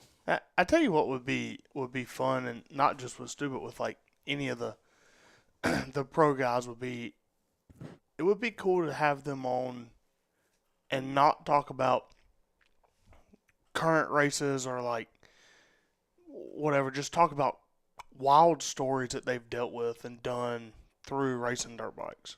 Yeah. I think that would be pretty cool. I like listening to the guys talk about like the first bikes they were on when they first got on teams. Like just like listening about Ryan Villapoto talk about how everyone thought he loved the KX450, but he's like it was a freaking death trap. Yeah. We're just like talking to riders about bike setups, bikes they were on in the past, what they didn't like, what they did.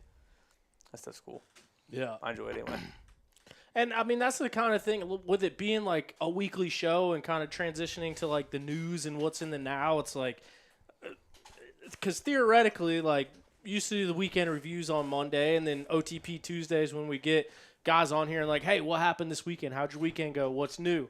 And it's about like I want to do this show so many different ways. Like there's so many different ways to go about it, and to do the 2-hour shows with one person and hear about all the old stuff, but then also to keep it on the front line of like, hey, here's what's happening right now, because I think the sport needs something like that. And Cycle News does write a lot of good articles, and they cover the races and stuff going on. I know one time I was actually at the Yamaha press thing, and I was like, man, there's no one covering off-road on a weekly basis like I am. And the dude from Cycle News was sitting across from me. He's like, we are. I was like, well, yeah, but like it's different. You know what I mean? But yeah, it's the trying to figure out where the whole thing fits in and how to like get these guys at the forefront. And like you said, to hear the old stories and things of the past too. Mm-hmm. Should have hit Stu up about a discount code on that new Rocky Mountain toolbox set. I screwed up. I'm glad you asked that because I've been meaning to say this for quite some time now. Rocky Mountain ATV MC is the title sponsor of the Rocky Mountain Red Bear Factory Kawasaki Team Green race team. They are also a sponsor of On the Pipe podcast. And there is a why are you looking at me like that? I need a little help with this Toolbox, brother. So I didn't know. There's a link in the description of this YouTube video, and there's a link in the description of every YouTube video that I post, and I'm going to put it in my link tree so you can find it directly on my Instagram page. But what else is in that link tree? The YouTube, My OnlyFans. Any gas cards or anything? Louisiana's kind of far away, brother. But yeah, Are you going? Yeah. if you go to the link, you click the link, you shop on rmatvmc.com just like you normally do, and then we do get a commission from it. It doesn't affect the prices. There's actually like rewards and stuff you can get through Rocky Mountain, but the price will never go up. Like they don't add to the price to be able to pay out stuff like this as a creator.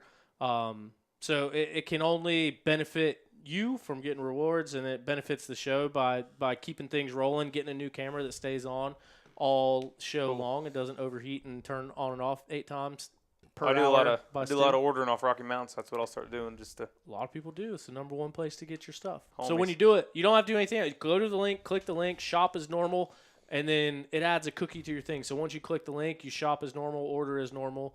Like and chocolate chip cookie? Yeah, like no code or nothing. Yeah.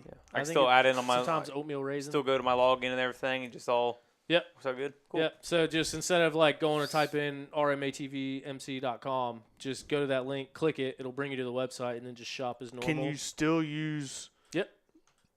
Race gas. Yes. gas. Yeah. That.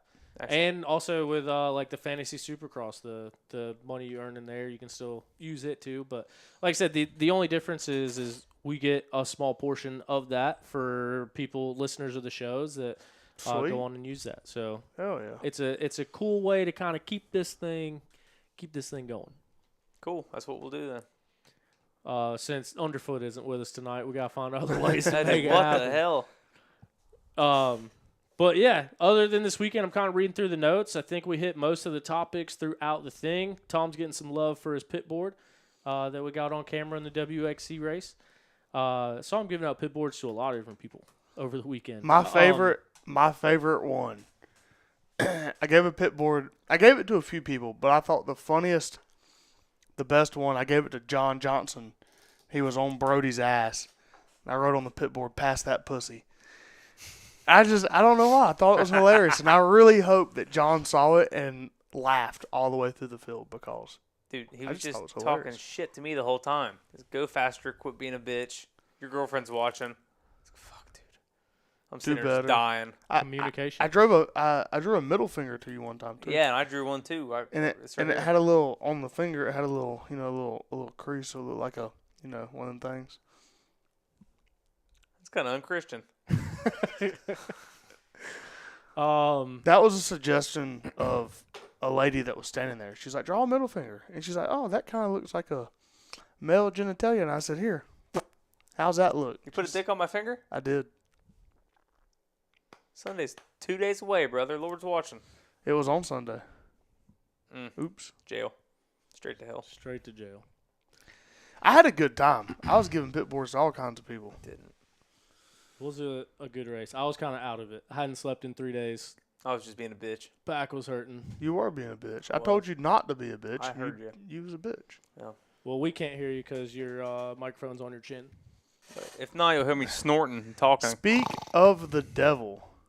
What's this? What we got? Oh, That's Jonathan funny. Johnson. Is he listening? He might be. I know his mom does watch all the time.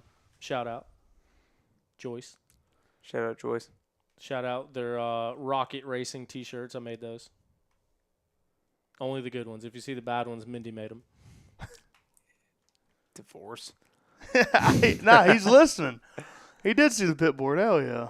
Oh, sweet. See, look, real-time live feedback. We are inside the Johnson family residence right now. But from South Carolina. The problem is, he did not. He didn't put execute. He didn't execute.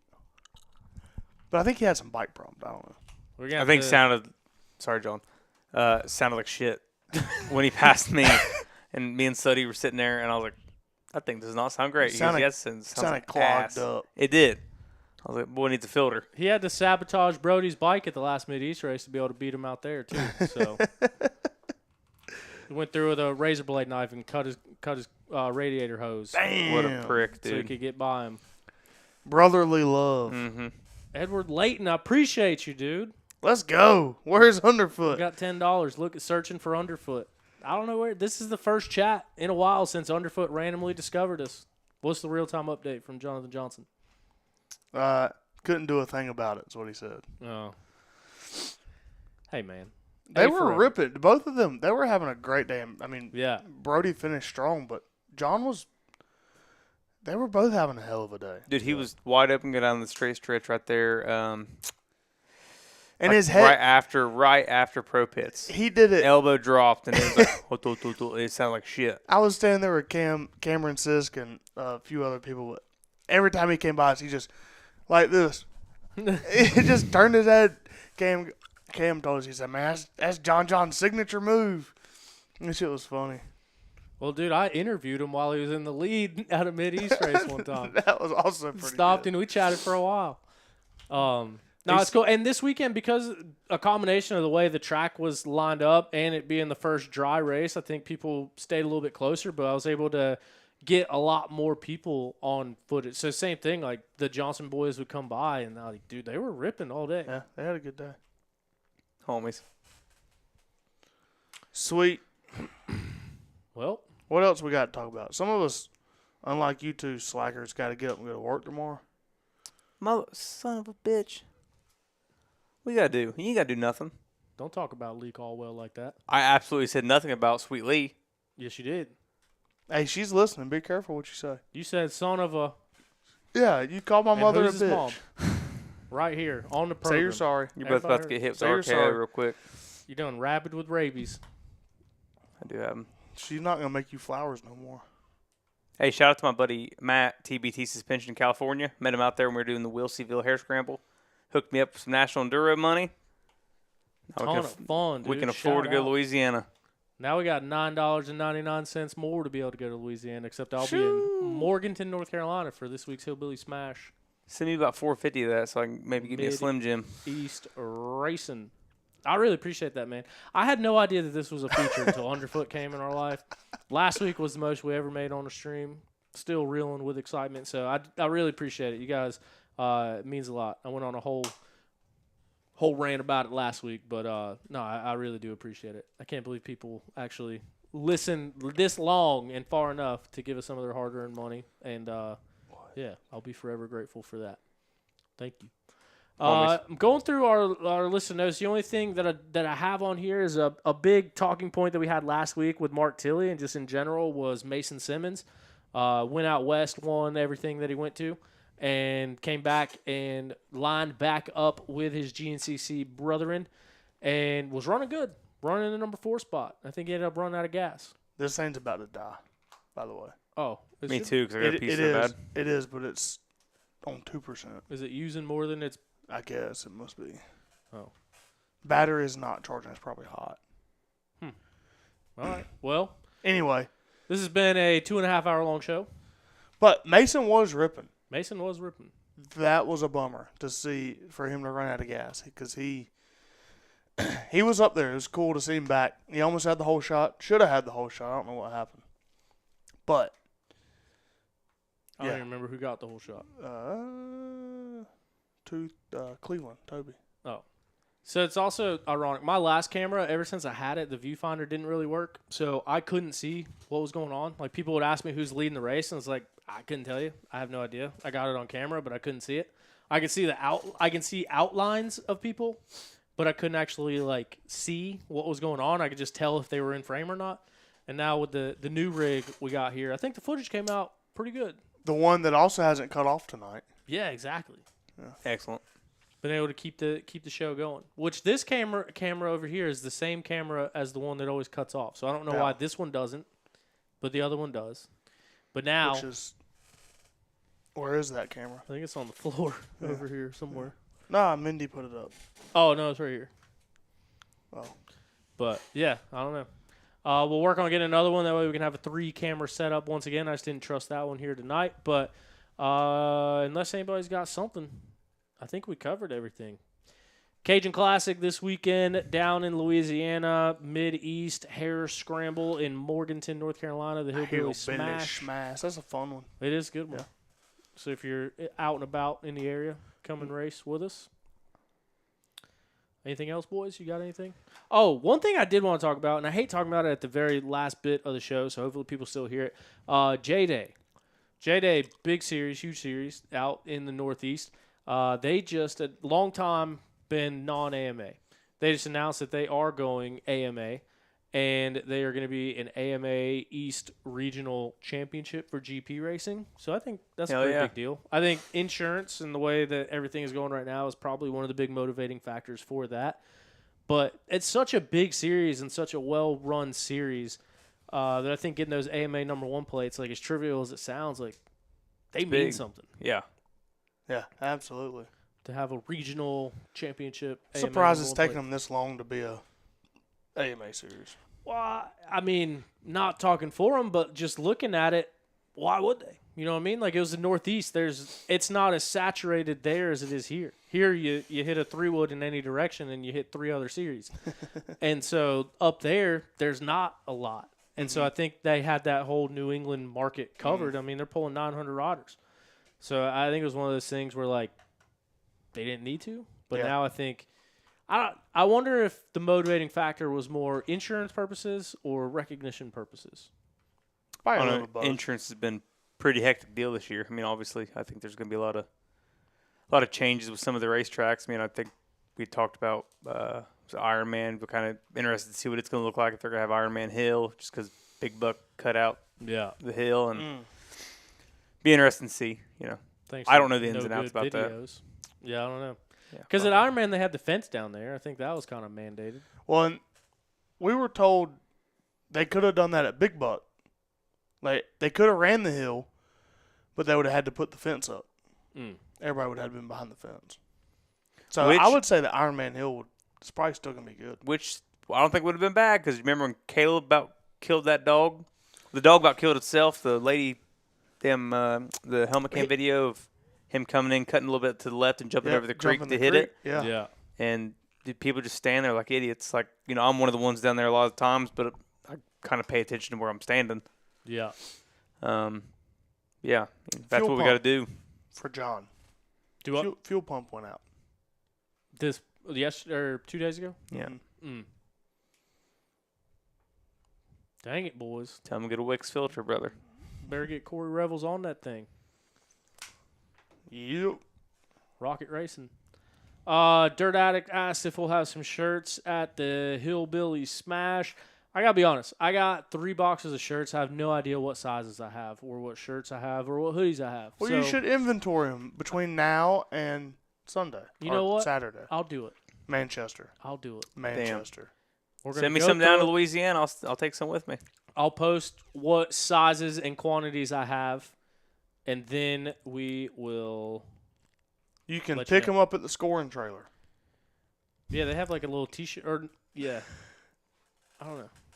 I wonder if I can get them to let me sell my shirts on the thing. I mean, you can probably let your nuts hang a little bit. I mean, you are the voice of Mid-East Racing, so I mean. I like them. They're good people. Just find the one and only Tesla at the Mid-East, and you can probably get a T-shirt there. Yeah. I'll be plugged into Buren's generator. I can only go 25 feet away from it, and that's where the shirts will be. Yeah. All right. Well, so now Edward Layton commented in here, and he gave us $10, so he has our attention. No, I'm just kidding. Just a little joke there. Anyway, join late. Did you guys talk about no spectators at Tough Like Roar? No, Edward, we did not talk about that because I only found out about it 30 seconds ago when I read your comment. That's taking the whole insurance thing and spectators thing to a whole new level if you're not even allowing spectators. Holy shit. We'll have to do some research on that. Is that what that was? Was about insurance? Talk about it next week. I would imagine so. I mean, why else would they say that no one can watch? I don't know. Maybe they got COVID out there. Or the full head clap. Or rabies. Them rocks got Or COVID. rabies. Maybe they got Craig's rabies out there. Hasn't Ben won that? Like, yeah, couple few times? Ben and Josh, I think, both won it, yeah. It's pretty cool. Homies. Ben is a unit, dude. He is an animal. Yeah, I was so pumped to see him riding like He's a big, like strong he did this fella, and he was charging this weekend. But so was Liam. We talked about Liam not missing a podium to start last season and then kind of not had the same year this year. But, like, dude, he was on it this past weekend. Yeah, dude. Both he came around first lap. It was him and KR. I guess it was second lap whenever him and BK were kind of out front. And I was, dude, there's no way anyone's catching those two. Yeah. I guess they went 1 and 2, so, I mean, it was sick. Yeah. Cool to see him have a ride like that. So, I guess that transmission and the mass centralization is working well for Liam. Yeah. I almost said that when Stu was on, but I didn't. Well, I mean, that's the reason that I thought that was such a good question when Rob brought it up and I wanted to ask it is because when he made that switch, he came on here and I asked him, like, hey, what's been the biggest thing about switching to a Yamaha? And the way that he broke it down and how much different the Yamaha is than any other bike, it was just super interesting. And, like, you could tell that he put a lot of thought and research into it. So I wanted to see what his opinions were about because Stu was coming from a KTM to a Yamaha and had to figure out that chassis and the reverse motor and the way it all handles, and even something as simple as like how the shock and the forks work together because of where the weight is completely different than any other bike. And at that time, I'd only ridden nothing but Yamahas, and so I hadn't really thought about tracks to KYB too. I mean, that's for a lot of people, it's huge. Yeah. So no, interesting to hear. I mean, Caleb spent his whole entire life on KTM's, so I think we'll get it figured out. And the 250 stuff is interesting because coming into the season, like I kind of thought he might be on a 250. And one of the things he said in our interview, Caleb, that is, said that he knew he had to ride a 450 wherever he went, and so the 450 seemed like the most manageable or the best 450 to ride in the woods, and that's why he chose it. So I don't know, something to keep an eye on. Big Board 250. I will be on a Yamaha YZ250 FX because it's sick. What? That shit's loud. Oh, sorry. Can you hear it through the microphone? My bad. I fidget. Anyway, that is going to do it. That is going to wrap it up. 2.5 hours coming at you right now. And it just hit 2 hours, 30 minutes when that happened. Shoo! Thank you, Big Tom, for being here. Thank you, Craig, for being here. Appreciate you guys coming over. I know we got started a little bit late, but the studio made some progress. We're still under construction. But one day, all we're going to have to do is come in here at 7 o'clock, hit a button, and start going. What is he talking about? Let me see. I can't read it. Anyway, thank you. That's the program. I'll show you when we get done. Appreciate it. Okay. We'll see you guys tomorrow. Hey, I'll see you tomorrow. I'll see y'all in Louisiana. Be on the lookout. we completely forgot to do an April Fool's thing. April Fools. April Fools. The show's going to go 2 more hours. April Fools. See you guys.